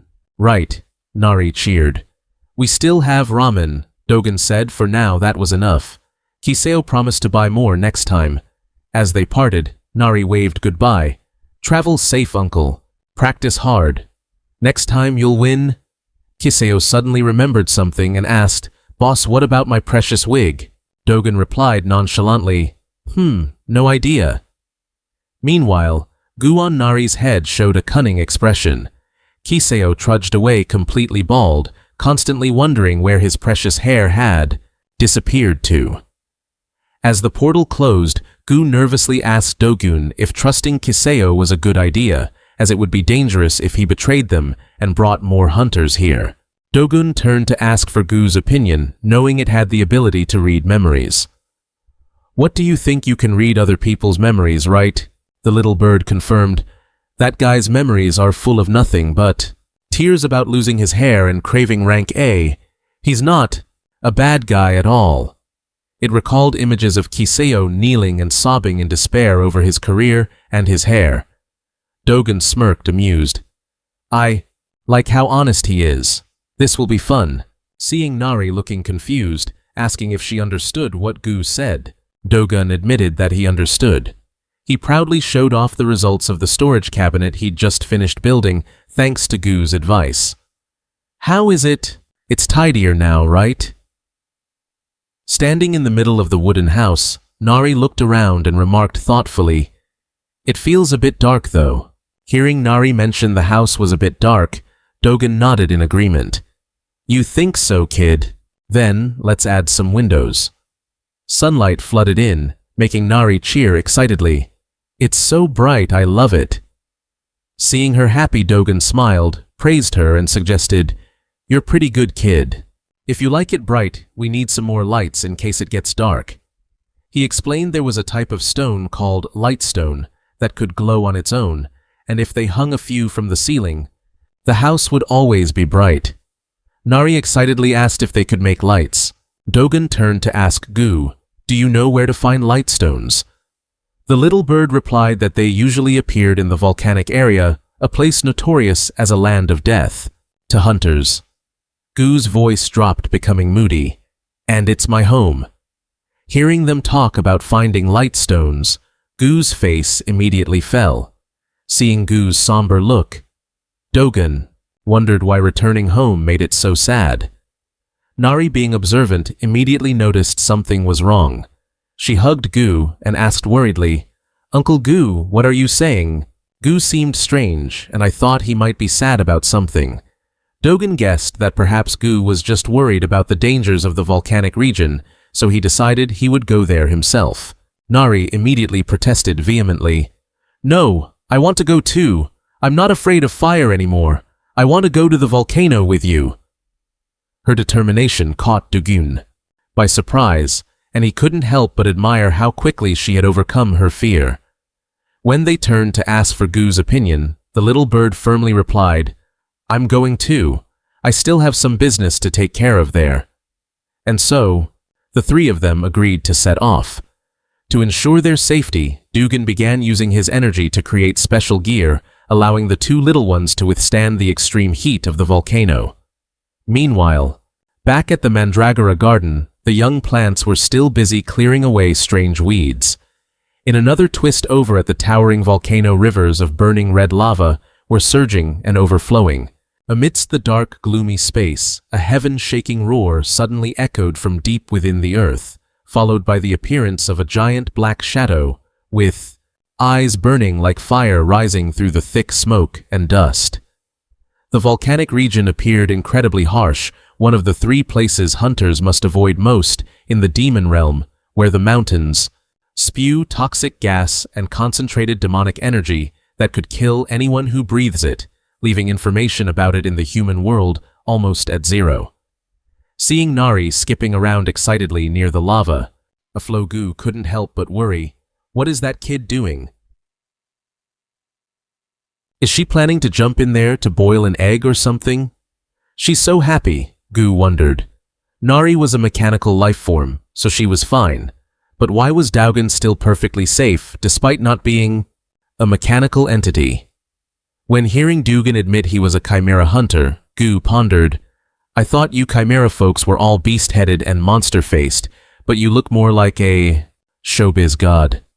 Dogun remembered his own monstrous chained appearance from the past and replied, Back then, I was like that too, but after being reborn I look like a human. He then turned the question back to Gu, asking if a monster felt uncomfortable being near a hunter. The little bird hesitantly confessed, It's actually not bad. It's nice to talk to others. You guys don't seem like bad people. Dogun smiled, satisfied. Well, that's good. Nari rushed over, cutting into the conversation to join in. Are you talking to Gu again? I want to talk to Gu too. Hearing Dugun tell the story. Gu was curious about the background of both of them. The innocent little girl chirped proudly, "He's a local from the demon realm and so am I." The cheeky comment left Gu speechless, thinking to himself, "I'm the one who's actually a local, you cheeky little brat," following Gu's directions. The glowing ores were usually found near lava flows about to erupt, so the group headed straight for the volcanic crater. As soon as they climbed to the top, Nari excitedly cheered, and Dugan found exactly what he needed. Oh, there's the ore. Dugan was truly lucky. But their joy was short-lived when amidst the smoke and dust a giant creature with rough orange skin suddenly appeared, making him alert. But wait, what is that? Is that a fire toad? The massive monster seemed to be crying. Tears rolled down the rough face of the fire toad, leaving Nari shocked. "Uncle, look! There's another one in front." Observing closely, Dugan realized the fire toad lying motionless ahead was the female, but it had died during the journey. Go explained that only during the breeding season do females carry clusters of eggs on their backs. However, when the female dies, all the eggs die, as well, because the temperature at the crater was far too high for them. Witnessing the heartbreaking scene, Nari felt pity. "I feel so sorry for the toad. It lost its partner, and look, it has gotten so thin. Poor thing." Dugan pondered for a moment, then told Nari to wait there for a bit. He then suddenly leaped off the cliff, charging straight toward the two monsters. Nari screamed in panic, "Uncle, uncle, where are you going?" His reckless action made the bird Gu turn pale. "What are you doing?" "Come back, Dugan, that fire toad is very sensitive right now. Don't get near it." Disregarding the warning, Dugan calmly walked toward the agitated toad. Sensing the stranger approaching, the fire toad took a deep breath and spewed a massive blast of flames, engulfing the entire surrounding area. Nari screamed in desperation, "Uncle, are you trying to blow up the volcano?" The uncle, however, stood completely unfazed in the middle of the fire. Yet amidst the raging inferno, he gently reached out to touch the monster's head and calmly said, "Just stay there." Instantly, the fire toad collapsed to the ground like a small mountain. It turned out Dogen had secretly used a bit of paralytic poison from a naga cobra to make it temporarily pass out. He told himself that since fire toads are naturally resistant to poison, it would wake up soon. Seeing Nari worriedly asking, he calmly replied, "Don't worry, I have high-quality fire-resistant armor. This heat is just like a steam bath to me." Standing between the two monsters, Dugan looked at the deceased female and thought to himself that even though he couldn't do anything for the one who had passed the remaining lives, still deserved a chance to continue. He channeled his mana, emitting golden energy threads that covered all the eggs on the dead toad's back. To protect them from the lava's heat, Dogen finished using the energy threads to bind the eggs tightly to the male toad's back, in the hope that they would soon revive. The toad woke up, let out a croak, and gently touched the female's body, as if to say a final goodbye. Immediately after, it gathered its strength and jumped high into the air, making Nari shout in amazement, "It's flying!" The fire toad soared high across the sky, not forgetting to look back at Dugan's group. Witnessing that scene, Nari cheered excitedly, "The fire toad is looking back at us. I think it's thanking us." Dugun smiled as he watched it. He understood that because it saw its partner had passed, it decided to leave, with the next generation to start a new life. Not wasting any more time, Dugun urged, "All right, let's go down. We've got the ore, time to head home." Hearing the words, "head home," Nari excitedly jumped down, using her extraordinary strength to pry the glowing stone blocks from the ground. The little girl chirped, "Wow, it's so beautiful," while Dugun didn't forget to remind her to be careful not to drop the rocks on her feet. Looking at the bird, Gu, who was panting beside the bag of stones, Dugun asked, "Are you okay? You look so tired." Gu muttered bitterly about how in the past he used to toss these things around so easily, but now he was struggling because his body had shrunk. Seeing that Gu was tired, Dogun told him he didn't need to help and should go do his own thing because he knew he had brought gifts to meet his friends again. Being called out on it, Gu immediately bristled. "A monster doesn't have friends. I'm not planning on meeting anyone. I'll just leave the gifts and come back." Despite the denial, his hands were still clutching the gifts tightly. Dugan smiled at the little bird's shyness, even though Gu insisted he only regretted not saying goodbye before leaving when Dugan asked if he had separated from his flock. Gu suddenly froze in confusion and stammered, "Well, having intelligence is sometimes a burden." Because while his kind only knew how to live by instinct, like nonchalantly swallowing a scorpion. Without a second thought, Gu felt incredibly lost in a place where no one else had thought or language. The loneliness. It was that drive that pushed it to leave the flock and find its own path. Back in the present, Gu wondered if the others were still busy swallowing scorpions, maybe not even remembering who he was anymore. In the burning volcanic region, Nari was struggling to pull something stuck in a rock crevice. With a metallic clink, she pulled out a pitch-black egg with glowing fiery veins. She realized, "This is a monster egg." Nari worriedly showed Dogen a small crack on the shell and wondered if it was broken. Dogen observed it thoughtfully, explaining that the hatchling must break the shell itself to grow up strong. Faced with Nari's hesitation, he decided, "Let's take it with us. If we leave it here, it'll become a baked egg." Gu panicked, warning about the danger of whatever was about to hatch. Dogen, still curious to know what creature was inside, had already picked out a perfect spot for a nest nearby. Nari excitedly took the lead carrying the egg, while Gu kept grumbling in suspicion, having never seen such a strange egg. Gu wondered who had dropped the glowing stones here, then turned to worry about Nari's safety. Dogen smiled reassuringly. "Don't worry, kid. With me protecting you, even lava has to move out of the way." Hearing that, the little bird felt more at ease. The group took a moment to dig up a few more glowing stones before quickly heading back. Before long, the familiar wooden roof appeared before their eyes under the deep blue sky. Seeing the group, Nam Jisoo hurriedly ran out to greet them. "Big brother, where have you been?" Dogen noticed the hunter had returned, sooner than expected.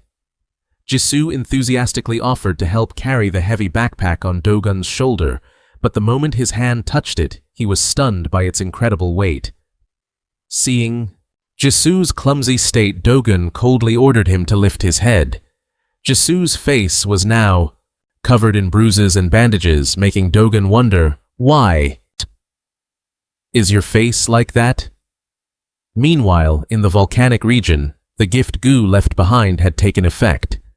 A pack of spicy noodles sat alone on the ground, quickly attracting the attention of the firebird flock. Looking at the miserable sight of Namjasu's bandaged face, Dogun couldn't help but ask, "Namjasu, what happened to your face? Did you get into a fight?" Dogun added a mocking remark. "I never expected you to be the type to get beaten up." Jasu scratched his head awkwardly, defending himself by saying that he often got beaten up by Nari here, so this was nothing new. Seeing the strangely smug look on his subordinate, Dogen secretly thought this guy seemed overly proud of getting beaten up. To avoid the awkward atmosphere, Jasu hurriedly ran off to prepare dinner. "You must be hungry. I'll get food ready right away." The next morning, Dogen sat at the wooden table, meticulously using a knife to carve the glowing stone he had just found from the volcanic region. Seeing Nari curiously standing by, asking questions, he explained as he worked, "I'm carving a ceiling lamp. Once I hang this up, our house will be the brightest on the block." The little girl looked at him with glowing, admiring eyes, not skimping on praise. "Uncle, you're so smart. You know so many things, and you're great at explaining them too." Nari continued to exclaim that Dogen was not only capable, but also very kind, giving her a warm feeling, just like a father. Hearing that, Dogen smiled and jokingly teased, "So how is your father back home? Is he still doing all right, kid?" The question hit home, making the girl startled. Her face changed, and she awkwardly brushed it off, saying her father was still healthy. As the sun gradually set behind the mountain peaks, bringing a pleasant warmth that enveloped the space Gu, the bird lay flat, on the ground, enjoying absolute relaxation. He thought to himself that even though the temperature wasn't as high as his volcanic homeland, the feeling right now made his whole body want to melt, because it was so comfortable. Just as Gu was dozing off into a peaceful sleep, 3 small black shadows with glowing red eyes suddenly appeared from behind under the fiery sunset. That was the Mandragora pack. They quietly crept closer then, suddenly performed a coordinated move called the Ultimate Hug Formation. All 3 little monsters lunged at the same time while Gu was enjoying his peace. A Mandragora suddenly jumped onto him. The little bird was bewildered, not understanding what was happening. Wait, what? What's going on? Right after that, the whole group of Mandragoras attacked, leaving Gu to defend himself helplessly. Seeing the chaotic scene, Nari shouted, "Why are you fighting?" Dogen, standing nearby, calmly commented that the plants were probably annoyed because Gu had invaded their territory. To break the tension, Nam Jisoo excitedly brought the new dish to the table. "Thanks for waiting. Sweet and sour inari sushi, perfect for the tastes of every kid." That was the rice-stuffed tofu Jisoo had prepared with immense dedication, perfectly tracking the nutritional values. He proudly boasted that this dish was easy to make and looked great, even though he had actually just used a pre-made meal kit. He was talking big, but it turned out he just used a pre-made kit. The feast was spread out, and Nari didn't hold back the praise. "Wow, uncle, you're the best." Dogen also nodded in agreement. "Looks good?" Jisoo invited everyone to eat. "Haha, all right, let's eat everyone." However, Dogen suddenly changed his tone to a serious one. He stared straight at the wounds on his subordinate's face and repeated the question. "Don't try to change the subject with food. Speak up, who colored your face like a map?" Jisoo scratched his head awkwardly and sadly confessed that when he went to the Hunter Association to register for the exam, he ran into some A-rank guys. Dogen immediately guessed what happened. "So you were mocked for having taken the exam 7 times, and then you fought them and got beaten up, right?" Jisoo bitterly recounted how they chased him away, mocking him that his self-esteem had fallen out along with his hair. Dogen observed closely, then wondered, seeing that his hair was still patchy, not completely bald yet. Immediately, Jisoo spewed out a long rambling explanation about medicine and hair follicles, making Dogen only able to apologetically sigh. To change the subject, Dogen asked about the date of the promotion exam.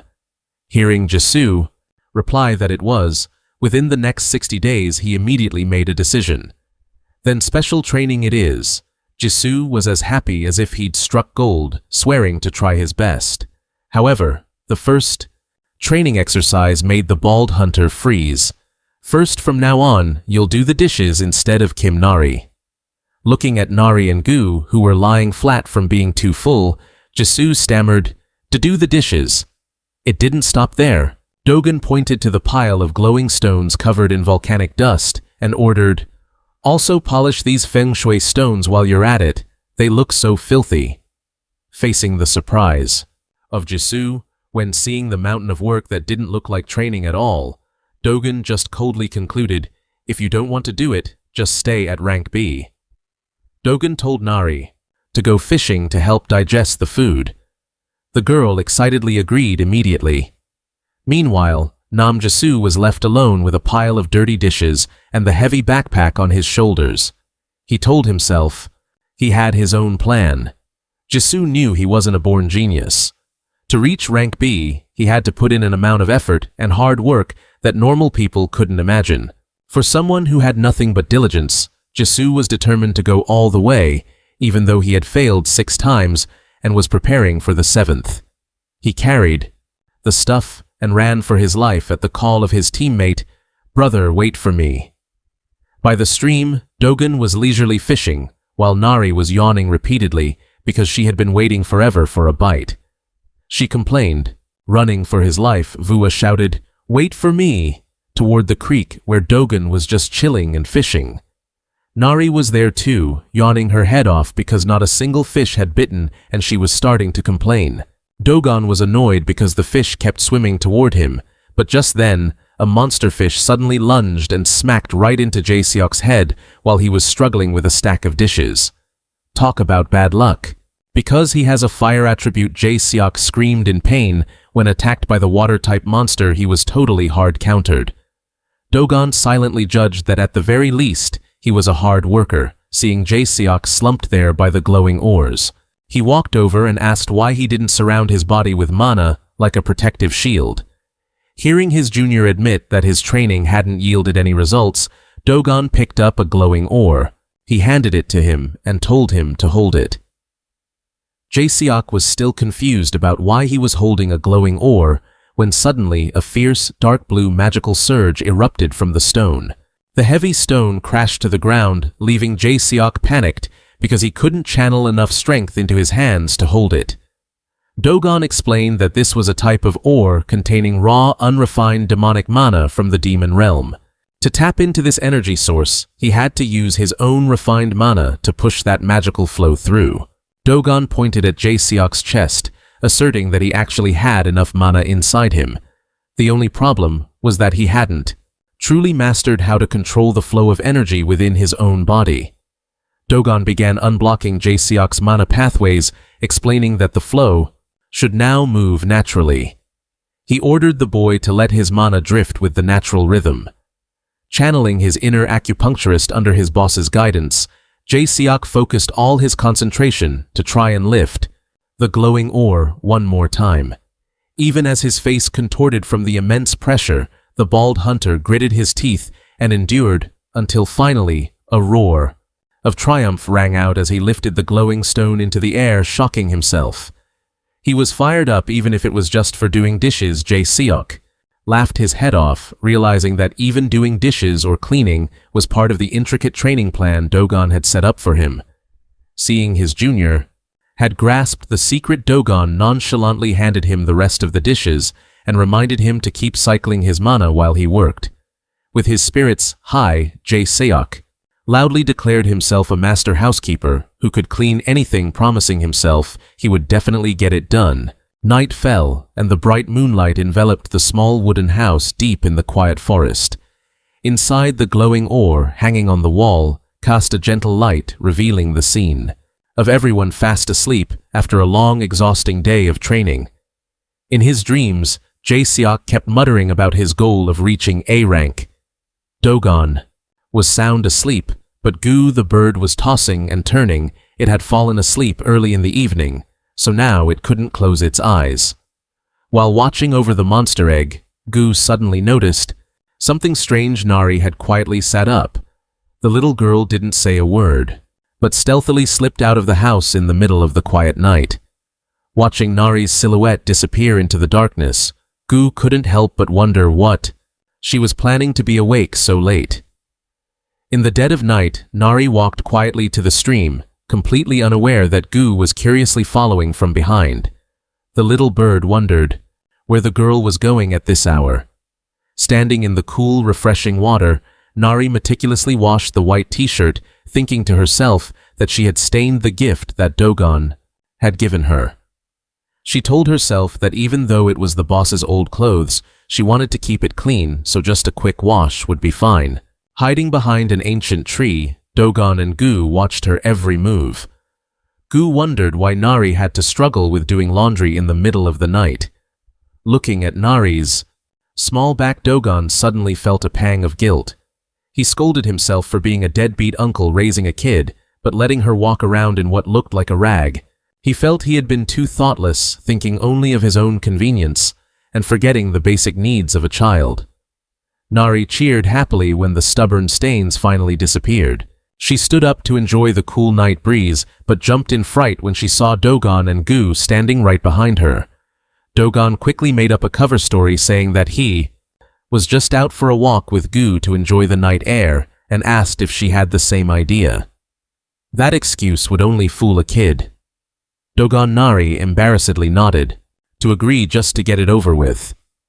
He stepped closer and told Nari to stand still for a moment, then kindly used a piece of rope to tie it around her waist so the oversized t-shirt looked neater.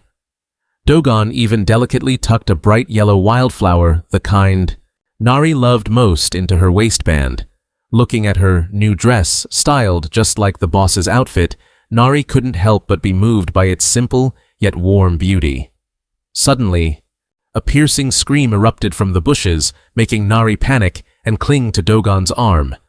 She trembled and asked what that noise was, but Dogon just smiled and reassured her that it was just the cry of a B-rank steel grasshopper monster hiding nearby. He took Nari's hand and walked back home under the bright moonlight. On the way, Dogon kindly asked if she needed any more clothes or shoes, so he could have Jaeseok prepare them. Nari smiled happily and replied that the outfit he gave her was more than enough. Even though Nari said it was fine, Dogon still felt uneasy about letting her wear clothes that didn't fit. Plus, Gu the bird wouldn't stop nagging in his ear. "You're such a deadbeat uncle letting the kid wear a potato sack like that seriously." To solve the problem, Dogon decided to return to the District 13 slums. As soon as he stepped out of the portal with his bare feet, he immediately drew all the curious stares of passers-by. They whispered about his weird appearance and his shoeless feet. What's with the bare feet? Why is he dressed like that? Dogon thought to himself. Even though he wanted to bring Nari along to pick out her own clothes, the human world was probably still too much for her to handle, especially since she still had that laboratory tracking device on her. It was ironic that he had to waste a precious portal stone just to come back to this place to find kids' clothes. This is what you call spoiling your adopted kid. Dogon looked around bewildered, trying to find the old clothing store in his memory. I remember there being a shop here. Has it really been that long that it's not here anymore? Just as he was fumbling around scratching his head, a hand suddenly tugged at his shirt, followed by an invitation. Excuse me, sir. Are you looking for a clothing store? In front of him was a young boy with messy brown hair. He quickly held up one finger, quoting a fee, 10,000 won service fee. For just 10,000 won, I'll take you to a clothes shop. The kid insisted he knew a place that was both cheap and good for a stranger like him. Dogon nonchalantly replied that he didn't have any cash on him right now and would pay after he exchanged for some goods.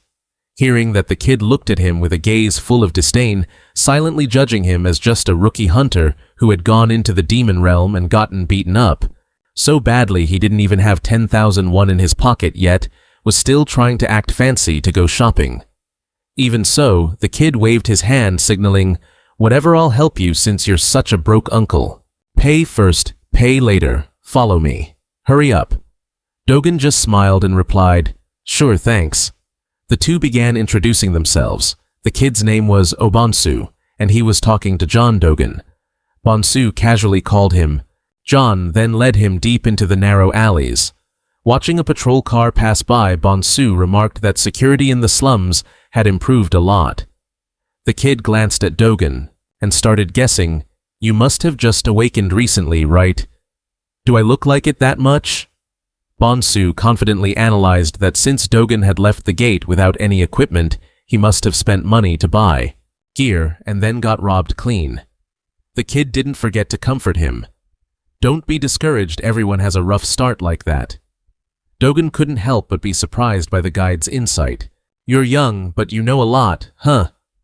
This comment immediately hit a nerve with Bonsu. The kid blew up shouting, "Don't call me a kid, I'm 17, I'm just a picky eater, so that's why I'm small, but I've got skills." Dogon froze stunned for a few seconds by the shocking truth about the teenager's age.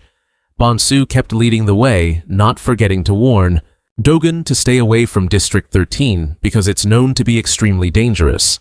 It turns out a gang called Space, originally from District 11, had just expanded their territory into this area. The police seemed to have given up, so no one dared to stand up for the people anymore. Hearing the unfamiliar gang name, Dogon mused, wondering if the orphanage in District 13, where he used to belong, still existed in the midst of this chaos.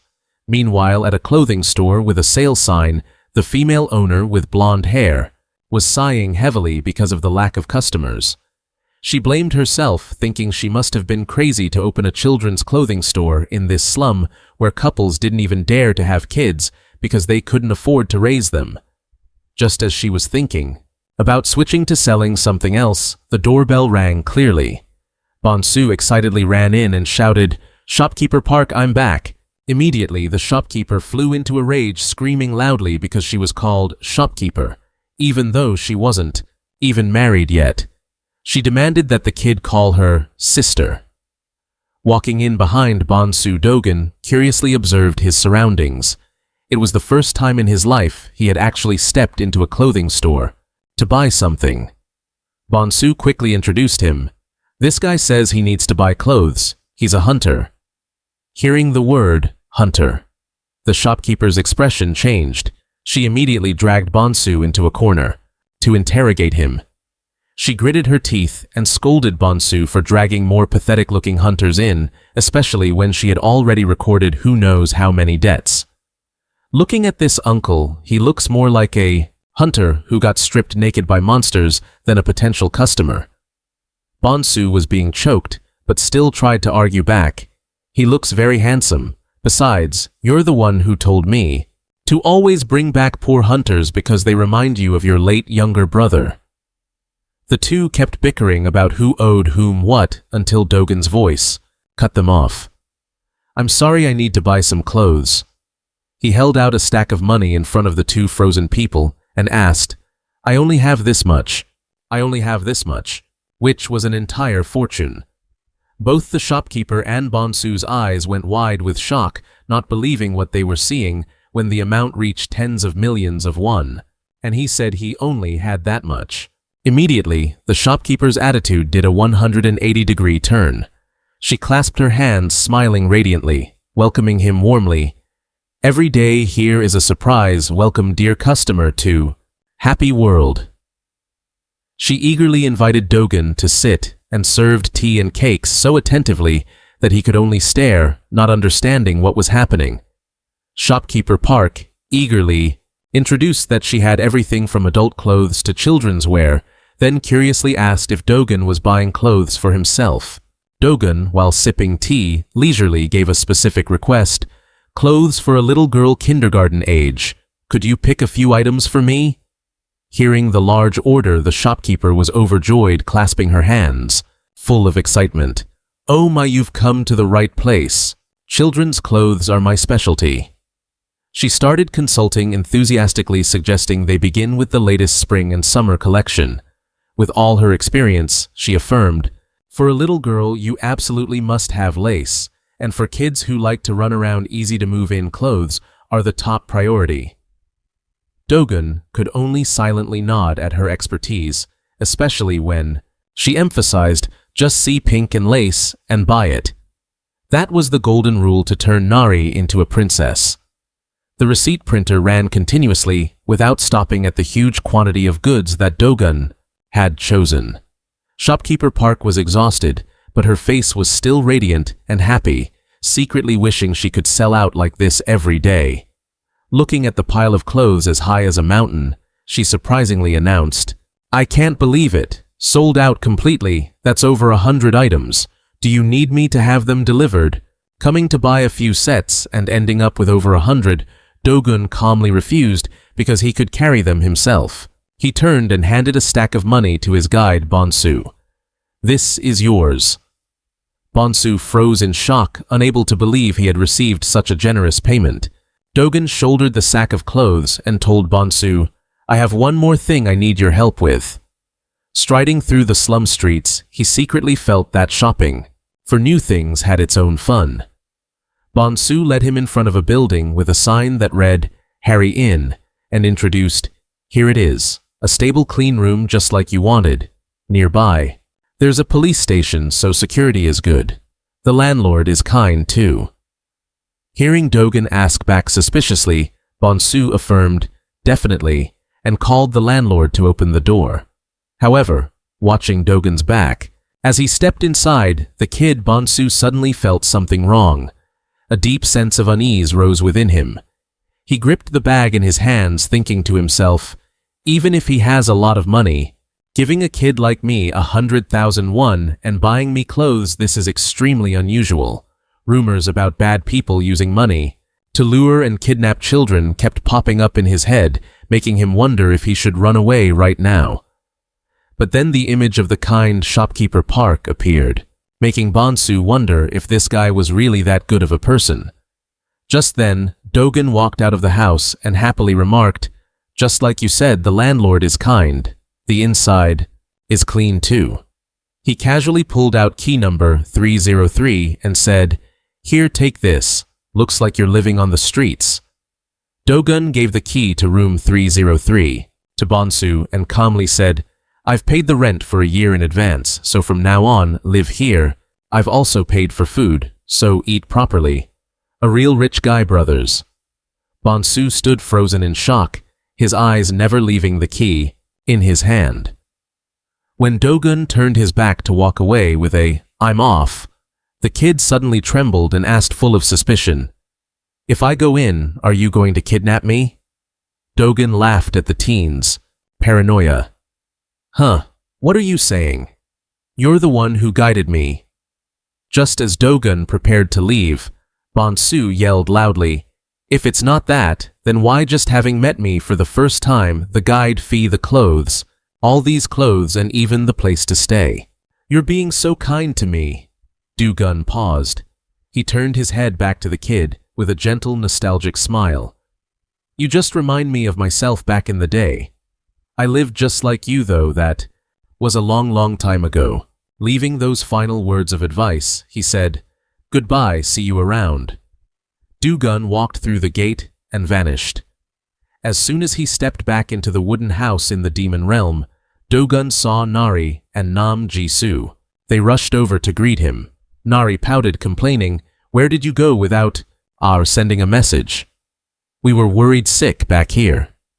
Meanwhile, Jisoo cheered, "Boss, you're back."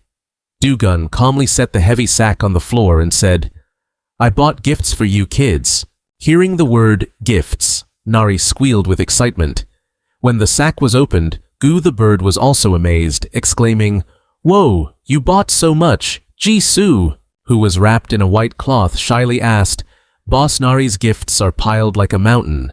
Does this loyal disciple get anything at all?" Dogen nodded, confirming he did, which made the bald hunter beam with joy. While everyone was having fun outside in a corner of the wooden house, the monster egg retrieved from the volcanic region suddenly showed signs of activity. Rattling sounds echoed repeatedly. The ground vibrated slightly as the pitch-black eggshell began to crack, revealing glowing fiery veins that pulsed constantly. Since he started focusing on folding the pile of newly bought clothes, Dogen felt an unexpectedly strange sense of peace and comfort in his soul. While he was busy with the clothes, Nari's voice rang out from behind, "Uncle, look at me." The little girl appeared, looking absolutely gorgeous in a wide yellow flared dress and a fancy wide-brimmed hat. She looked just like a little princess. Clothes really do make the person. Your taste is great, Dogen. Dogen didn't hold back the praise. "Beautiful, is that your favorite outfit?"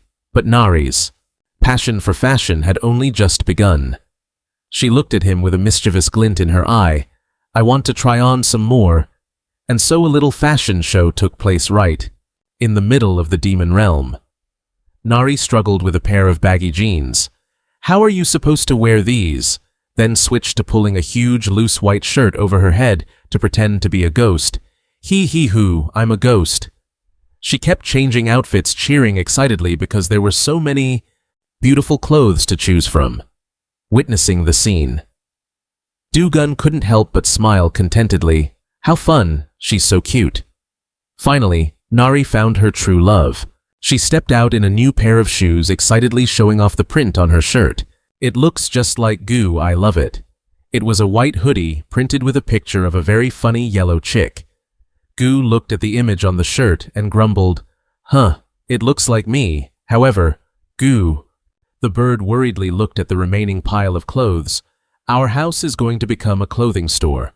Boss, where are we supposed to put all these silks and satins? Dugun mused, admitting he was also planning to expand the house to build a separate changing room. Seeing that the boss had construction plans, Gu asked if he needed to go chop more wood. Dugun casually replied, "Don't worry, I've already asked someone else to help with the wood." He called out loudly, "Hey Nam Jisoo, are you ready for special training?" Immediately, a figure dove down from above, landing with a powerful thud. Nam Jisoo, in his hunter armor, declared sonorously, "Sir, I Nam Jisoo am always ready for special training. Pour this 180-centimeter body." The bald hunter bowed respectfully before Dugun, holding out something grayish, and asserted, "I've also prepared your training equipment, sir." Seeing the over-enthusiastic demeanor of his subordinate, Dugun could only ask blankly, "What training equipment?" Nam Jisoo held up Dugun's old leather outfit and excitedly asked, "Is this leather set your training gear, sir? It's soaked in highly concentrated toxins. I almost died just touching it." "Haha." He deduced with admiration, "This must be a way to push yourself to the limit. Even in daily life, right? Sir, you're truly the best. I will follow your example and give it my all in training." Dugun was speechless, because in reality, he was just too lazy to wash them thoroughly. But then, he went with the flow, "Then you wear it." That made Jisoo freeze in shock. Seeing a good opportunity to train his subordinate, Dugun calmly ordered, "Once you finish training, you wear that and go chop wood, I'll go pick the trees." Jisoo panicked and objected, because wearing that stuff was practically suicide. But before he could finish his sentence, Nari's voice rang out, "Uncle, what's wrong with that egg?" Then the whole group rushed inside to witness the monster egg shaking violently and beginning to crack. Dugun observed closely and determined, "The movements are getting stronger. It must be about to hatch." While Jisoo trembled, fearing it was a disaster-level monster, Nari was full of hope. "No way, it'll definitely be a cute baby monster." Despite the anxiety of the bald hunter, a glowing golden eye suddenly appeared from a crack in the shell. Nari cheered excitedly, "It's hatching! It's hatching!" It scared Jisoo so much he screamed in terror. A sharp claw along with thick scales and a glowing golden tail suddenly poked out. Its tongue flicked out, looking fierce, as if it were going crazy, making everyone hold their breath and wonder, what kind of terrifying monster is this? But contrary to its initial fierce appearance, a tiny creature with big round black eyes crawled out of the shell. It was a classic case of bait and switch. The whole group stood frozen in amazement at the true appearance of this creature. Nam Jisoo gasped, looking at the creature that had just crawled out. "A chick, a snake. What on earth is this?" Contrary to the hunter's confusion, Nari cheered, with delight at the strange but adorable appearance of the new member. Suddenly, the tiny creature leaped into the air and landed perfectly right on top of Jisoo's bald head, leaving him frozen and unable to react. Meanwhile, the harsh training continued as Jisoo had to carry giant logs, under the strict supervision of Guo. The little bird kept urging, "Faster. There's a mountain of work left." Gu was clearly taking the opportunity to get revenge on Jisoo, leaving the hunter having to fight against the weight, while also being miserable because of the thick toxins wafting from the leather outfit. Jisoo gritted his teeth, enduring it constantly, asking himself how Dugun could live normally in this terrifying outfit. Back at the wooden house, Dugun stretched to relax after finishing the organization of the new items. "Done. It's been a long time since I folded clothes. It's kind of fun." The peace was quickly broken by Nari's happy call from the yard, "Uncle, it's eating bread," seeing Nari happily feeding the tiny creature. Dugun concluded, "It must know you're the one who saved it, so it's being so well behaved." Because it looked somewhat like a snake, Nari excitedly named her new friend Sasa. But no sooner had she finished saying the name than Sasa suddenly shot off at terrifying speed, making the little girl panic. Since the creature looked kind of like a snake, Nari excitedly named her new friend Sasa. But the moment she said the name Sasa suddenly took off at breakneck speed, leaving the poor girl scrambling to keep up. Chasing after them to witness the lively scene, Dogon smiles, thinking to himself that Nari truly loves this new member. Dogon curiously asks Gu if Sasa is a rare species. The little bird admits he's never seen anything like it, but firmly asserts that it is definitely a monster. A monster from the volcanic region. Gu muses, warning, "We need to keep an eye on the mandragoras." When Dogon asks why, Gu explains that most volcanic monsters consider plant-type monsters as a delicacy because plants are so hard to grow there, so they'll eat any plant they find. Poor little mandragoras, guys. Just then, Nari suddenly trips and falls to the ground as Sasa zips past at breakneck speed. Gu continues his analysis. Especially plants with strong demonic energy. Sasa will definitely dig them up and eat them clean. It stands still, eyes fixed sharply on the tiny sprouts. Gu concludes, in short, it might be the natural enemy of the mandragoras.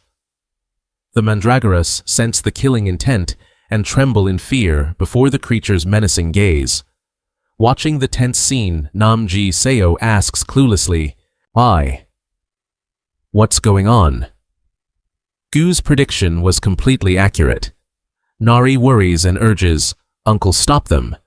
Dogon remains calm, arms crossed, thinking to himself that while it's better to avoid conflict, since this is the demon realm, they'll have to establish a hierarchy at least once. Dogon decides to observe, figuring that since Sasa is still young, it shouldn't be too dangerous. The mandragoras scramble back, but Sasa has locked onto its target and lets out a pip sound, its eyes glowing fiercely, aimed straight at the smallest mandragora in the group. Suddenly, Sasa gains momentum and lunges like a lightning bolt. A dry, sharp crack echoes as its razor-sharp claws strike down. With immense power. The clash between Sasa and the 7 mandragoras is unexpected, as the first one quickly blocks the opponent's attack. Not alone, the 7 mandragoras immediately form a triangle formation coordinating perfectly between defense and counterattack, making Sasa start to falter. As predicted, the second one launches a tricky strike, but Sasa still manages to block it with its flexible tail and flashes an arrogant smile. However, Gu observes that it's still too early for this little creature because the third mandragora finally makes its move. A surprise hit from the third one leaves Sasa defenseless, knocking it back. Unlike its initial ferocity, Sasa suddenly bursts into tears from the shock of being defeated for the first time, leaving both Namji Seo and Nari stunned in amazement. Seeing Sasa crying and running away, Nari rushes to chase and comfort it, while Dogon declares that today's victory belongs to the Mandragora pack.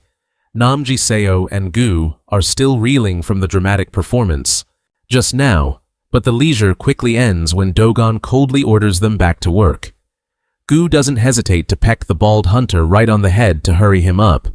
The bald hunter quickly stands up, only able to moan about his teammates' cruelty.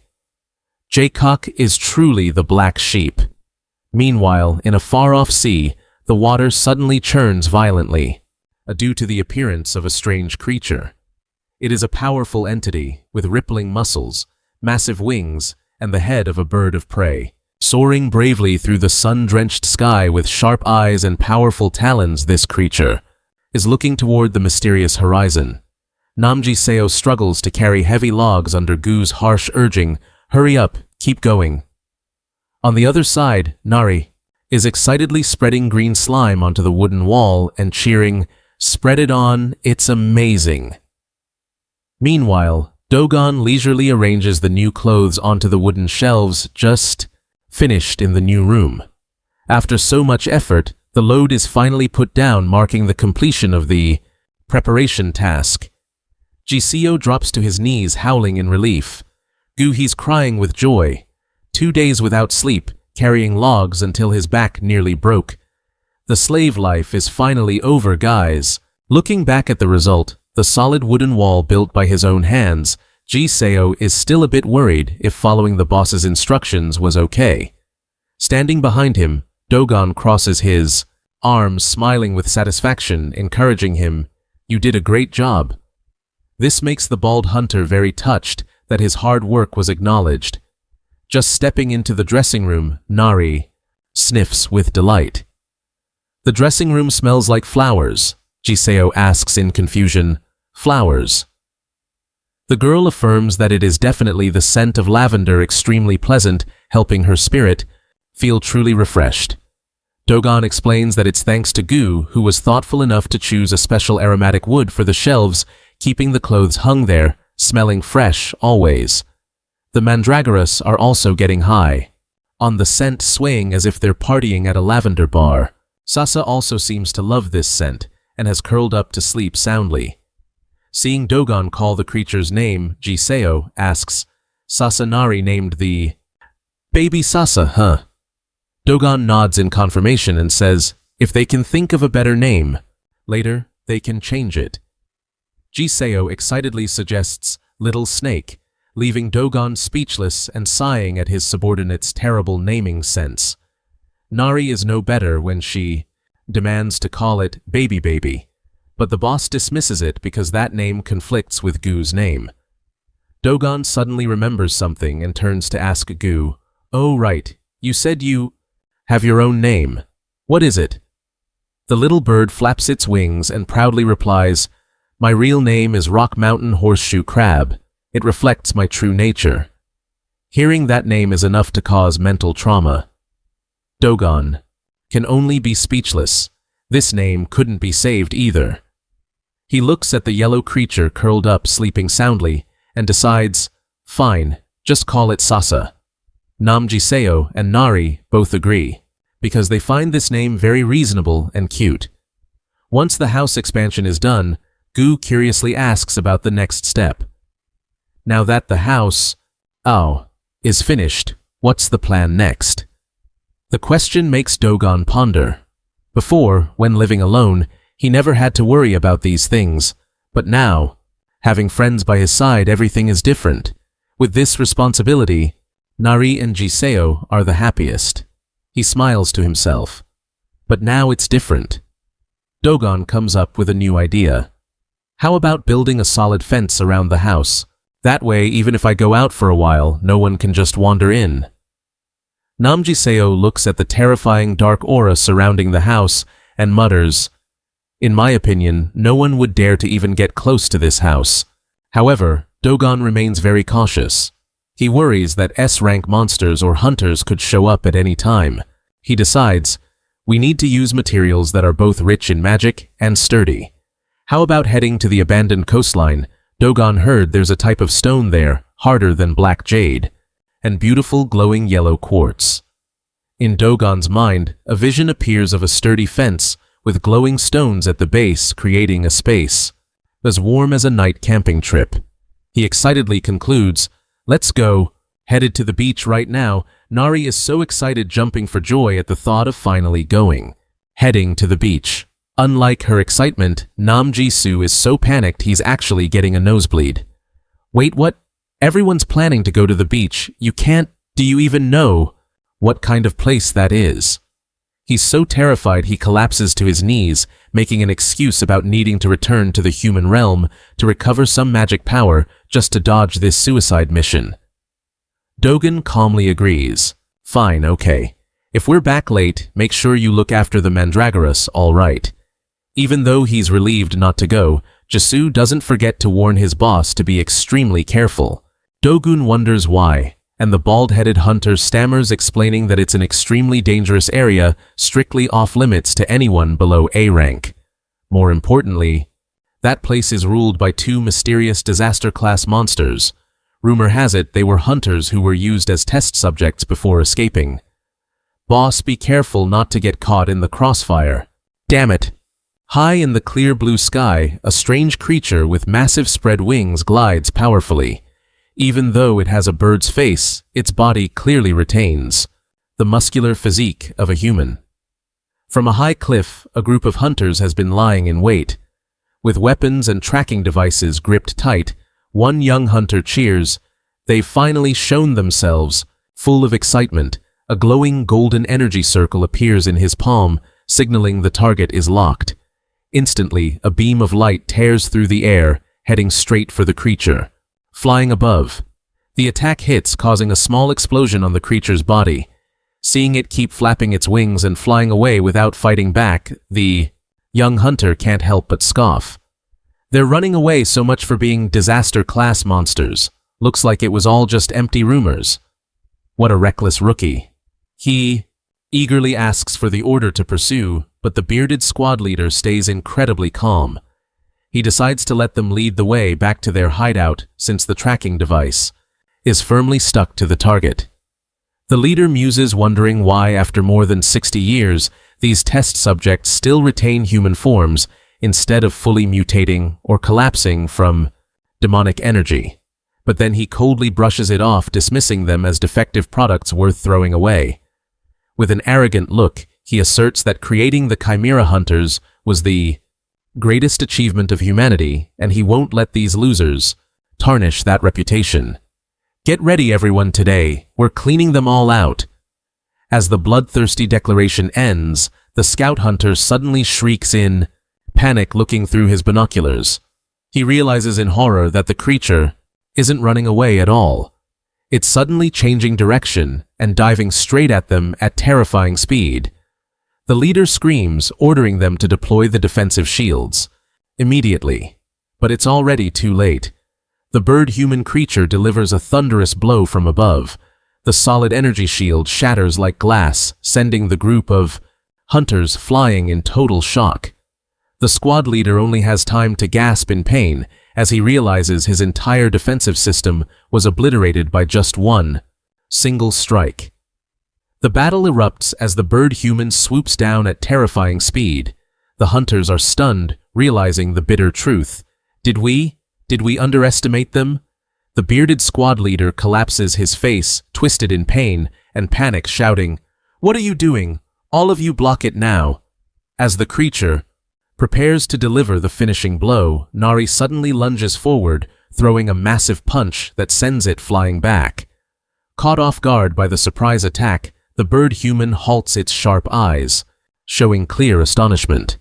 As the chimera witnesses the chaotic scene, Nari sulkily complains to Dogen, "That bird guy is bullying people."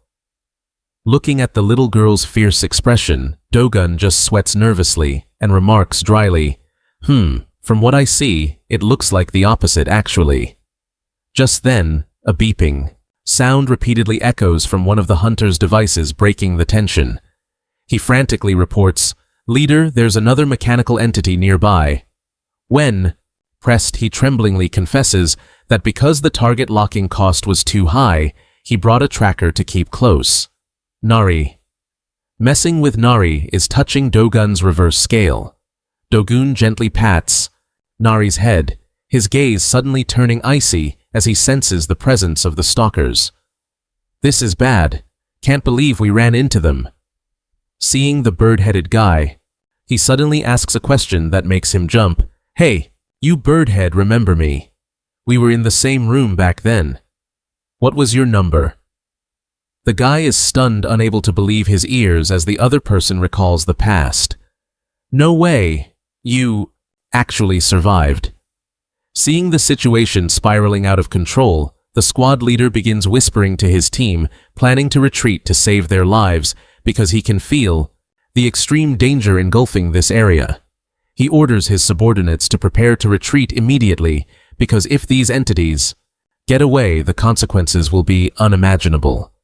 The bird-human creature sneers sinisterly, "Clear this place out first." That's right, it's him.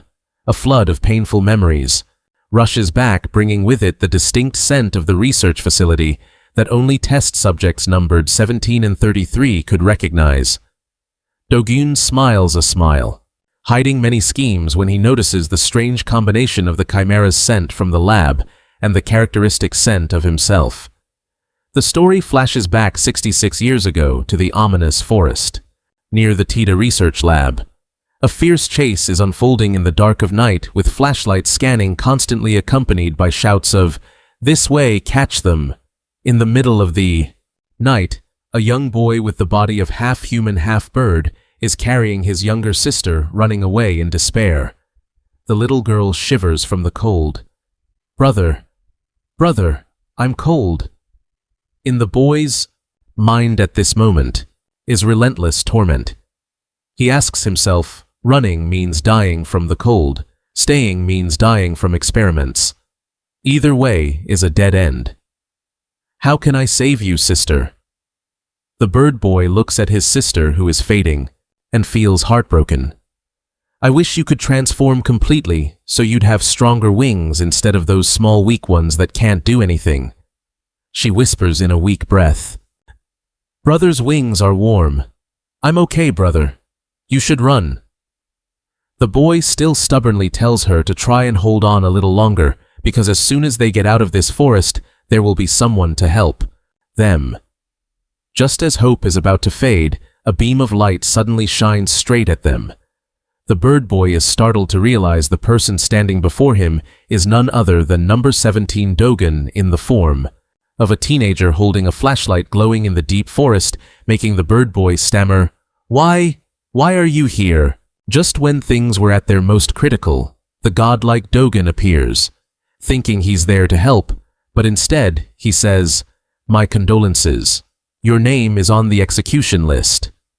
While the brother thinks to himself, "Dogen, just when things were getting superheated, the godly Dogen showed up.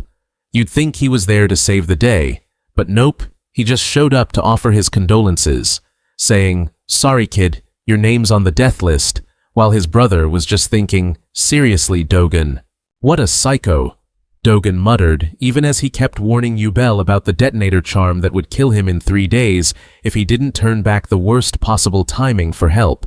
He realized Yubel's little sister, Rhea, hadn't yet marked for elimination. Dogen advised him to stay in the lab to get suppressants for the side effects, which might keep him alive for at least 1 more day. But the bird boy roared bitterly, "You're the lab's golden child. How could you possibly understand the pain of a defective product like us?" A fresh wave of pain from the side effects hit him, causing the man to clutch his head in agony. Rhea hugged her brother tightly, crying and pleading, "Big brother, let's run away. I want to live like we used to, even if it's just for 1 day." Standing on the fragile edge of life, Yubel realized that how he lived mattered more than how long. A fierce resolve ignited within him, and the bird boy spread, his wings, wide eyes glowing with determination. "I want to live freely, even if it's just for 1 day." He took a fighting stance, ready to face any danger, and roared, "Then stop yapping, come and get me." Unfazed by his roommate's resolve, Dogen calmly pulled out a teleportation stone. Instantly, a brilliant blue portal opened in the middle of the deep forest. Yubel gasped, "Where did you get a teleportation stone?" Dogen didn't answer, only coldly, warning him of the price to be paid for stepping through the gate. He explained that if he crossed over to the demon realm, one of 2 things would happen. Either his human cells would be eroded by the demonic energy leading to a painful death, or his monster cells would absorb the energy and fully awaken. Dogen's eyes bored into Yubel as if testing him. "If you truly believe what you just said, isn't this a better choice?" He affirmed that even if Yubel couldn't withstand the energy and turned into a monster, at least he would have lived freely until then. More importantly, the moment he stepped into the demon realm, the lab's cruel detonator charm would be completely neutralized. The researchers definitely didn't foresee this scenario. Faced with a once-in-a-lifetime opportunity, Yubel pondered and asked if there was any way for a normal human to survive in that hellscape. Dogen explained that theoretically, he would have to accumulate enough magic power to protect his body and spirit from the contamination of the demonic energy. Even knowing this was incredibly difficult for Yubel's current ability, Dogen still offered a glimmer of hope. But who knows what the future holds, right? Just then, the flashlights of the pursuing guards drew near. They shouted upon discovering the open gate. The moment of parting had arrived. A flicker of nostalgia crossed the teenager's face. "You know, we've lived in the same room for 4 years and never even knew each other's names."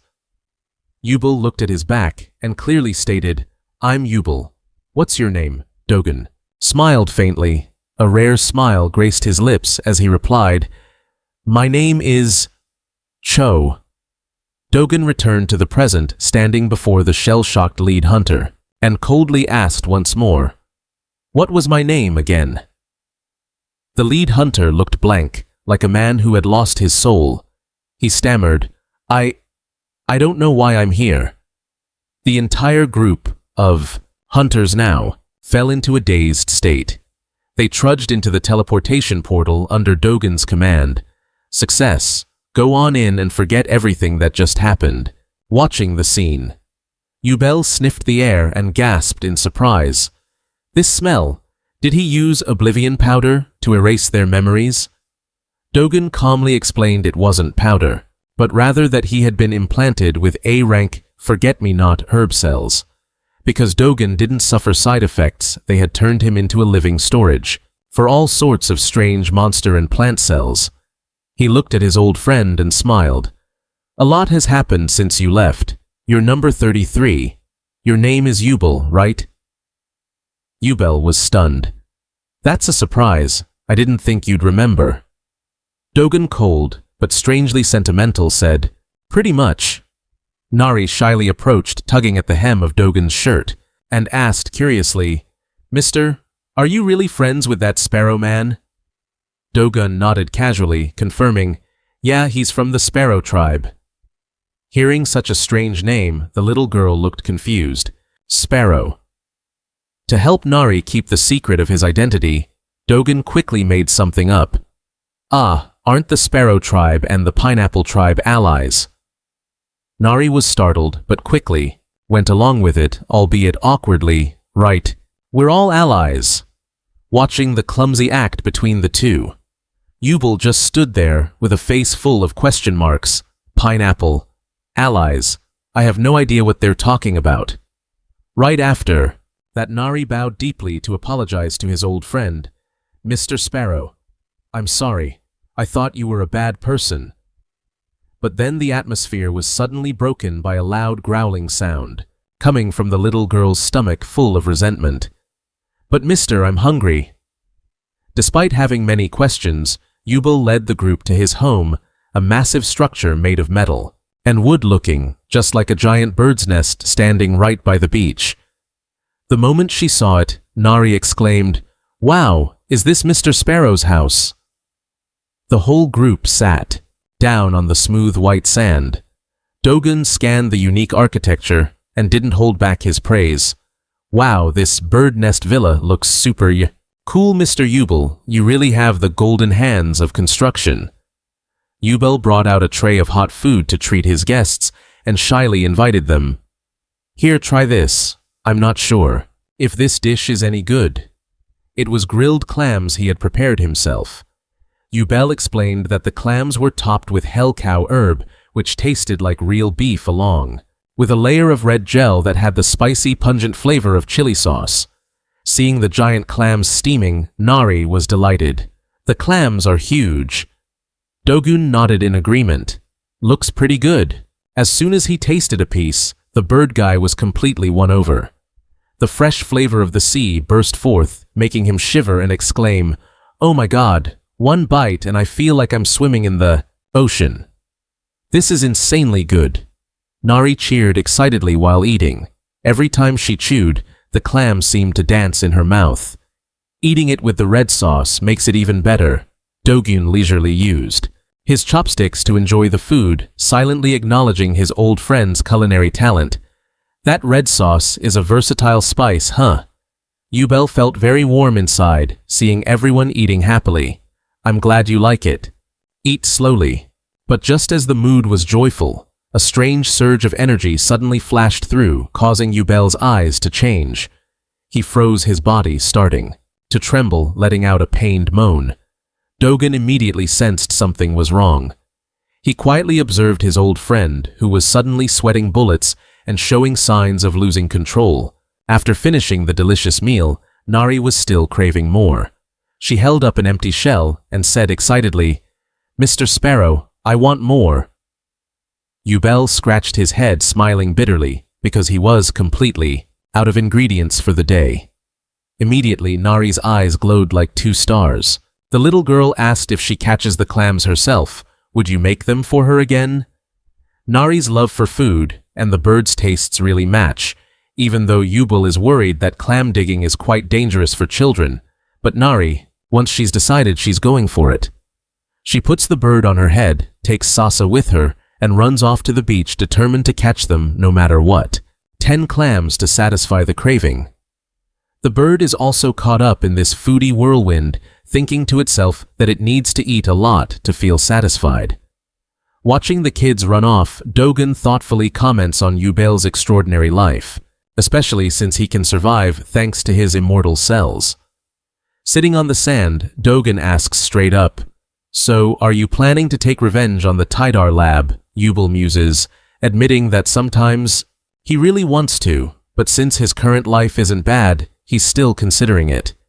He turns the question back to Dogen, asking if he wants revenge, and then points out a cruel truth, while all the charms on Dogen's body disappeared.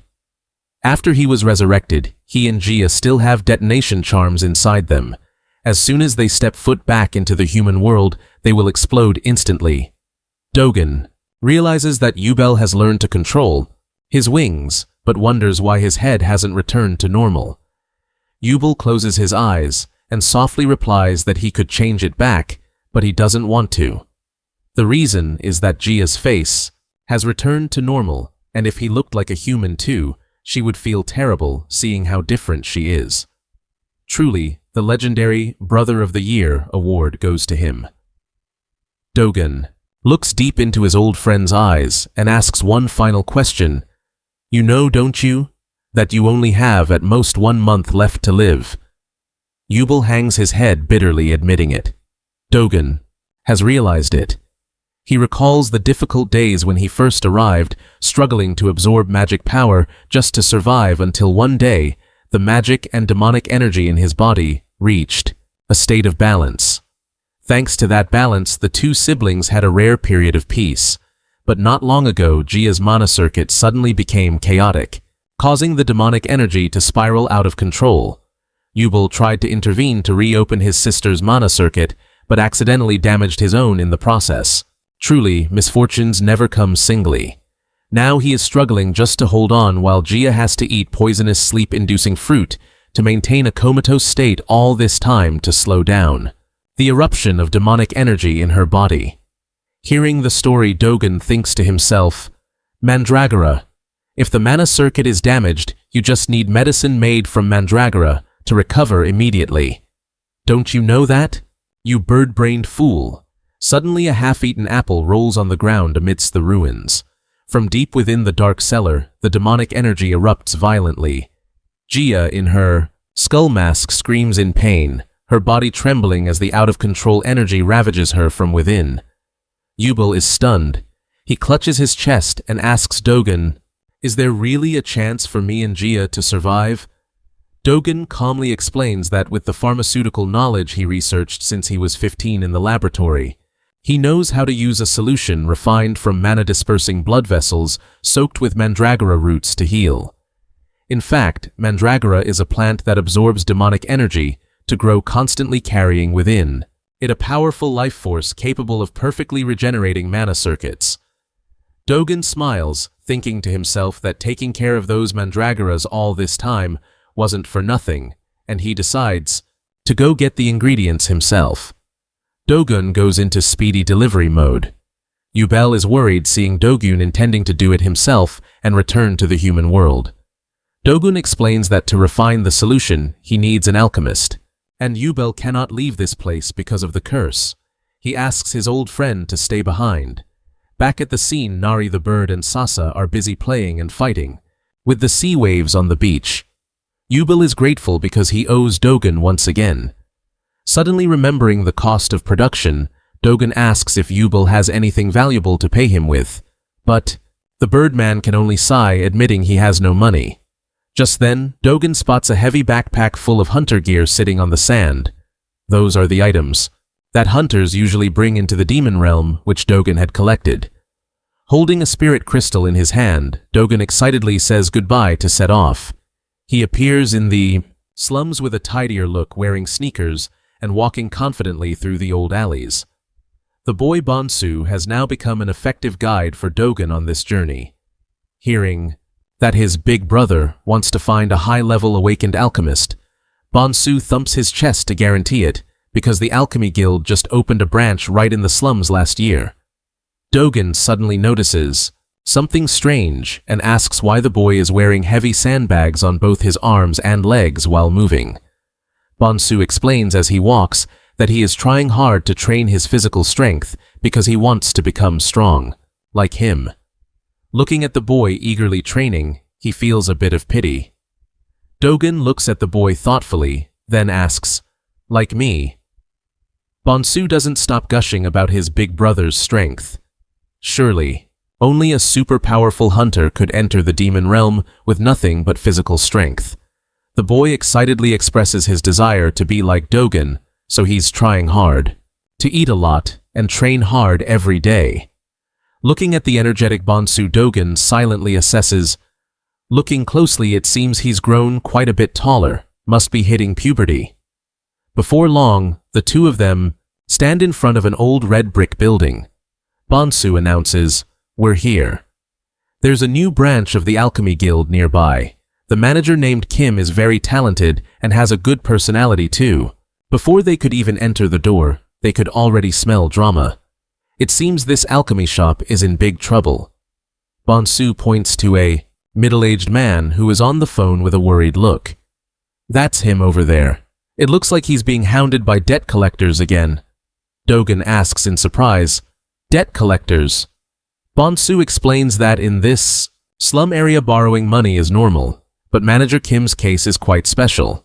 He used to work at the prestigious Gold City branch for 20 years but was recently demoted and pushed to this dump, with a drastically cut salary. 20 years of dedication and treated like trash, huh? Faced with Dogen's query about whether Manager Kim had committed some serious mistake, Bonsu shakes his head in denial. From what the boy knows, the incident stemmed from the dark corners of his old branch back in Gold City. A superior of Manager Kim had secretly embezzled funds intended for the slums. The person behind it was none other than Director An, a man notorious for stealing credit from subordinates and using every dirty trick to climb the ladder. When Manager Kim bravely exposed the truth instead of being rewarded, he was seen as a troublemaker and punished by being exiled to this remote branch. Watching the tired back of the manager, Bonsu calls out loud. Manager Kim, who was sad about his debts, sees his protege bringing a guest and brightens up immediately. Manager Kim warmly greets him and notices the boy seems to have grown taller than before. Bonsu quickly introduces, "Lately, are you doing okay? I have someone here asking for help finding an alchemist." Dogen silently observes. He thinks to himself that it's usually hard to find someone skilled in this area, but the enthusiasm of Manager Kim gives him some hope. Seeing Bonsu working hard lately, the manager doesn't forget to pat his head in praise, which makes the boy beam with joy. Dogen thinks to himself, who knew this area had someone like this? That kid Bonsu is pretty impressive too. After saying goodbye to let Bonsu go, Train Manager Kim invites Dogen inside. "Take care now. Let's go inside." Inside the spatial branch office was dead quiet and dull. A young alchemist was yawning his head off, bored watching a fly buzz around him. He grumbled, "Damn it, why did I get stuck at such a lifeless place? Nothing but grade D hunters buying cheap potions. How am I ever supposed to hit my targets, especially with Deputy Manager Park breathing down my neck?" Just as he was wallowing in the thought that his dreams of a promotion were dying in this backwater branch, Manager Kim led Dogen inside. Not wanting to waste time on pleasantries, Dogen got straight to the point. "Look, I'll be blunt, I don't have time for this." He pierced the young man in front of him with a sharp gaze. "You're grade A, right? Brew me 2 liters of mandragora root smoothie, right now." The request left Manager Kim stunned. He couldn't fathom how this stranger knew the rank of his subordinate, let alone believe that mandragora extraction could be done here. He stammered, trying to explain that he could do it, but, unfortunately, they were completely out of such rare ingredients. Dogen calmly pulled an item from his bag and asked, "What about this, Manager Kim? Manager Kim's eyes popped out in shock as he saw what Dogen was holding, a piece of mandragora root, radiating a thick, intensely powerful aura of malevolent energy. Holding the treasure, his hands trembled as he marveled. This thick, evil energy, it's definitely mandragora root, and it's so fresh it's like it was picked just now. Both alchemists were dumbfounded, having never seen raw materials of such exquisite quality. Dogen continued pulling items from his backpack, saying, "Forget about money. Take this bunch of sea quartz and these demon realm antiques to settle the bill." As the bag opened, a brilliant light spilled out from the rare specialty items of the demon realm sea, making the room glow in an otherworldly way. Manager Kim's shock hit its peak when he saw the shimmering black pearls. "What is this? Are these really from the sea? Even headquarters hasn't seen S-grade black pearls like these, and there are 3 of them." Meanwhile, Deputy Manager Park was panicking, holding a giant oyster that was still twitching. It's still alive. And that wasn't all they even found: red moss, a super rare ingredient for high-end potions discovered only recently. Dogen calmly asked if that was enough to cover the crafting fee. It made Manager Kim gasp that this haul was worth more than the entire building combined. To ensure the quality of these precious items, he hurriedly urged Deputy Manager Park to grab the most precise extraction machine in the lab. While waiting, Dogen suddenly noticed a glass jar on the shelf and asked, "You said you didn't have mandragora. So what's this?" Manager Kim looked over and explained that the plant in the jar had died a decade ago and was no longer useful for healing. He just kept it around for research for fun. "Well, let the big brother here pump some high-end mana into it, and it'll wake right up." Seeing the manager still staring blank and clueless, Dogen picked up the jar and channeled a stream of azure magic into it. "Watch closely," he said. "All it needs is a little bit of mana." The tiny creature that seemed withered inside instantly reacted and started wiggling again. Looks like the odds just shifted to the big brother's side. Manager Kim was utterly astonished to see the withered mandragora start moving after Dogen's touch. Dogen explained it was just drained of mana to the point where its soul had almost left its body, but the manager couldn't believe it because he had tried pouring plenty of energy into it before, with 0 results. Just as the atmosphere grew tense, the office door suddenly burst open. A man in a red pinstripe suit, flanked by twin female bodyguards, walked in with an air of arrogance. He sneered, "Long time no see, Branch Manager Kim. Your office looks exactly like a slum, doesn't it?" Manager Kim was stunned to realize the person who had just appeared was An Ji-jong, the executive director of the Pharmaceutical Association. He walked up, eyeing the black pearls and red moss on the table, admitting he'd heard rumors about the special items that had appeared at this office. Manager Kim realized the Deputy Manager Park had already reported this to curry favor with his superiors, and Ji-jong bragged smugly about his own talented high-ranking subordinates, then turned to Dogen and asked, "So you're the one who brought this stuff here?" Facing the scrutinizing gaze, Dogen coldly replied, "And if I am what of it?" And Ji-jong immediately introduced himself as being from the Go City branch and invited Dogen to join him, promising a reward worthy of his skills.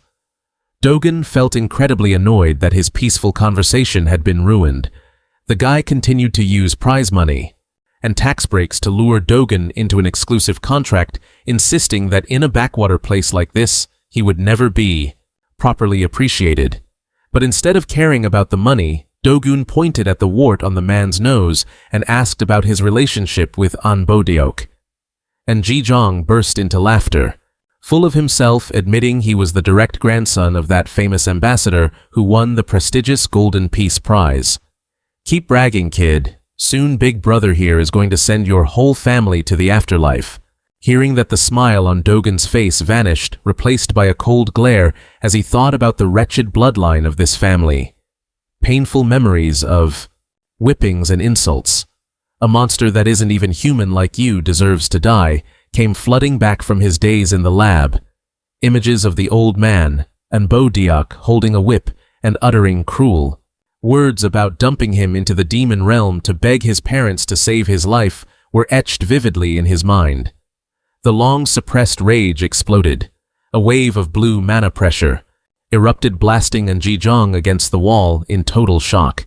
He groaned in pain, feeling the terrifying power that was engulfing the room. Dogen stepped closer, growling, "Turns out you're exactly like your grandfather."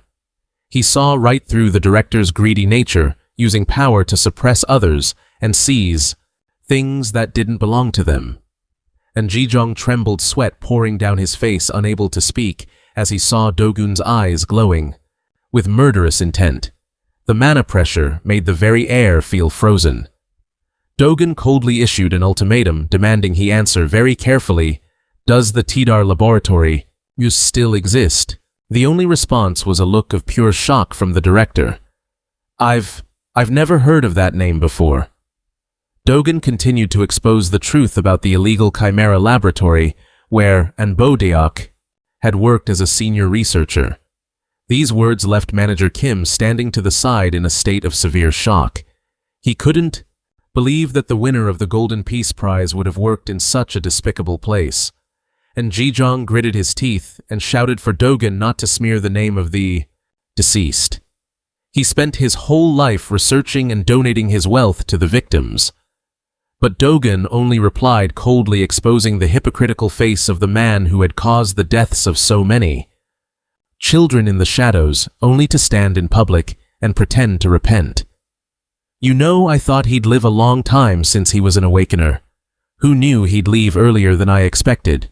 Dogen said calmly. "Could it be the after effects of falling from the window?" That single sentence made Anjijong crumble, and he stammered out, How do you know that secret? Something even they don't know." Dogen didn't hesitate to admit the shocking truth, "Because I was the one who pushed him down there.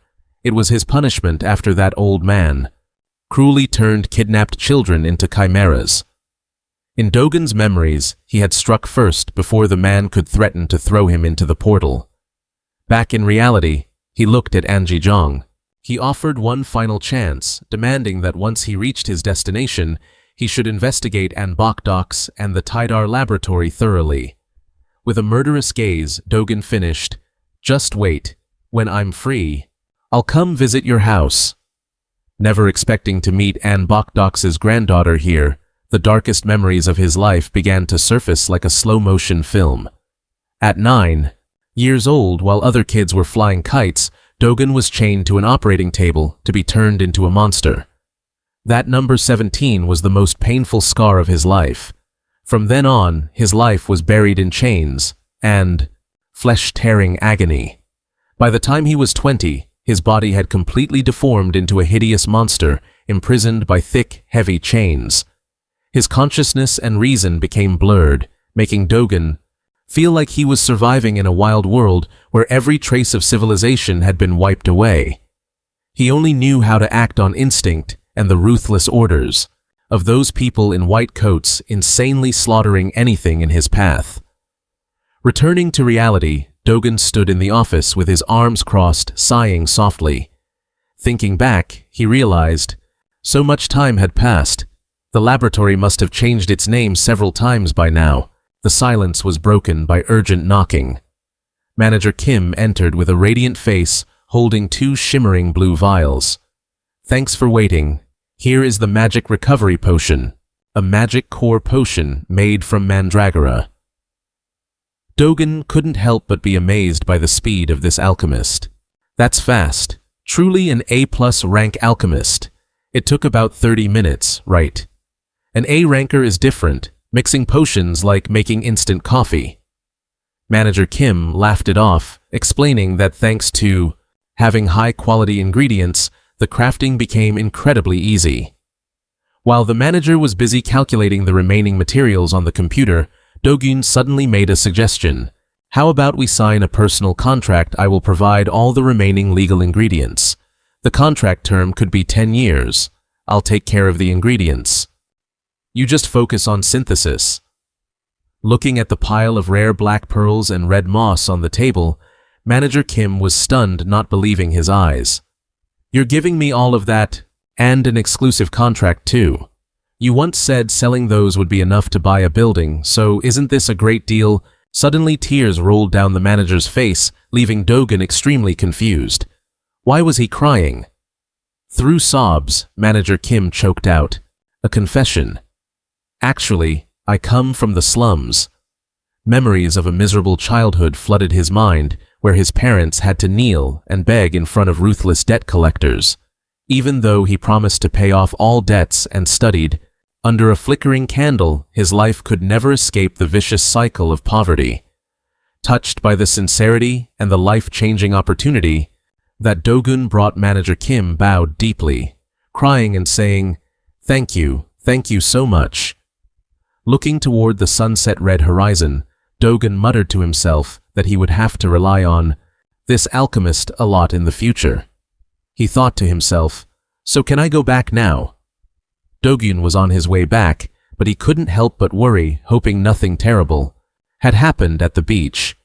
Yubelm was paying the price for his carelessness as Jia lost complete control. He blamed himself for not anticipating his sister's ferocity when her magic energy erupted amidst the debris.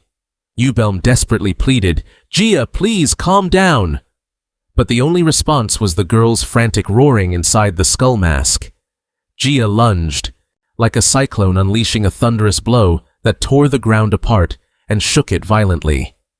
Dust and smoke blanketed the scene. Yubelm collapsed amidst the ruins, his breath hitching from severe wounds. He bitterly realized he had arrived too late to stop this tragedy. Just then, Nari and Gu rushed over. The little girl screamed in worry. "Brother Bird, are you okay? Why did you let yourself get hit like that?" Even though his body was exhausted, Yubelm struggled to get up with eyes glowing. With determination silently promising to keep his oath to Chan Dogen at any cost. The memory of being saved by Dogun years ago gave Yubelm strength. He poured all his power into his wings, lunging straight toward Jia with a willingness to sacrifice, to stop his sister. Deep down, he only wished for Jia to be happy in the next life, if they both happened to perish here. Suddenly, from mid-air, a giant, pale pink creature, looking like a massive jellyfish, fell down, enveloping Jia in an instant. Yubelm gasped, "What is that?" Dogun went to buy medicine, and happened to catch a jellyfish to use as a cage. Standing on top of the jellyfish, Dogun calmly crossed his arms and muttered, "She should have passed out by now, though." Nari cheered joyfully when she saw her boss return, while Gu could only gape in amazement. A jellyfish. Looking at Jia trapped and spinning inside the soft gelatinous mass, Dogun calmly asked Yubelm if there was any other way to control the girl. Yubelm was still a bit skeptical. He hesitated and asked about the most important thing. "So, what about that?" Replying to that concern, Dogun casually held up 2 shimmering blue vials and affirmed, "Of course I have it. Quickly give one to your sister, and one for you." That night, by the flickering campfire and the fragrant smell of grilled fish, the 2 Yubelm siblings finally got a peaceful sleep. After taking the magic recovery potion, Master Kim's medicine is really worth every penny. As the night still blanketed everything, a pair of glowing gold eyes slowly opened. Jia woke up. She looked around blankly and muttered, "Is this a dream?" Sitting up in the quiet space, she was startled to see the backs of 2 strange men sitting by the campfire. Jia trembled and gasped in surprise. "Who are you?" The noise made Nari wake up too. She rubbed her eyes and cheered happily. "Ah, Auntie Sparrow, you're awake." "Wait, what?" Jia was still bewildered by the strange name Auntie Sparrow, but Yubelm quickly turned back to reassure her. "You're awake, Jia." Little Nari eagerly introduced herself as Kim Nari. While Yubelm urged his sister to check her physical condition, Jia was stunned to realize her magic core was completely normal. Even her face had recovered as it used to be. She choked up and asked her brother about the identity of these strangers. Yubelm smiled, recalling how Jia had always longed to meet their benefactor from years ago. Looking at Dogun's back, as he leisurely ate grilled fish, Jia was stunned, as fragments of memories about number 17 flooded her mind. Number 17 is that him? Is he number 17? Yubelm nodded, in confirmation with great respect. That's right, this time too he saved us. While resting, Dogen turned to ask Gu if there were any more red crystals, but the little bird just replied that was all there was for today. Witnessing this scene, Jia, still wearing the skull mask, silently evaluated that number 17 really was someone who had absolutely no. Feeling a sense of connection, she silently reached up and took off her heavy mask under the starlit sky, revealing a beautiful face and a radiant smile. She sincerely thanked Dogen for saving both her and her brother. She's so pretty. It's a shame she's had to wear that monster mask for decades, the poor thing. Just then, standing by the shore, Nari gasped in amazement. Seeing countless sparkling lights drifting and bobbing on the open sea, Zia explained to Nari that they were sea fairies. In reality, they were a type of sea dragon monster that lived in the deep ocean, but often surfaced at night to play. Watching the mythical creatures looking like golden dragons dancing on the waves, Nari's eyes lit up with delight. Zia added that if they followed the trail of the sea fairies, they could find precious glowing yellow crystals. Hearing this, a thought struck Dogen as he remembered his goal of finding materials to build his fence. He hurriedly asked how long until sunrise. With a confident smile, Dogen made his move. All right, let's go for a swim then.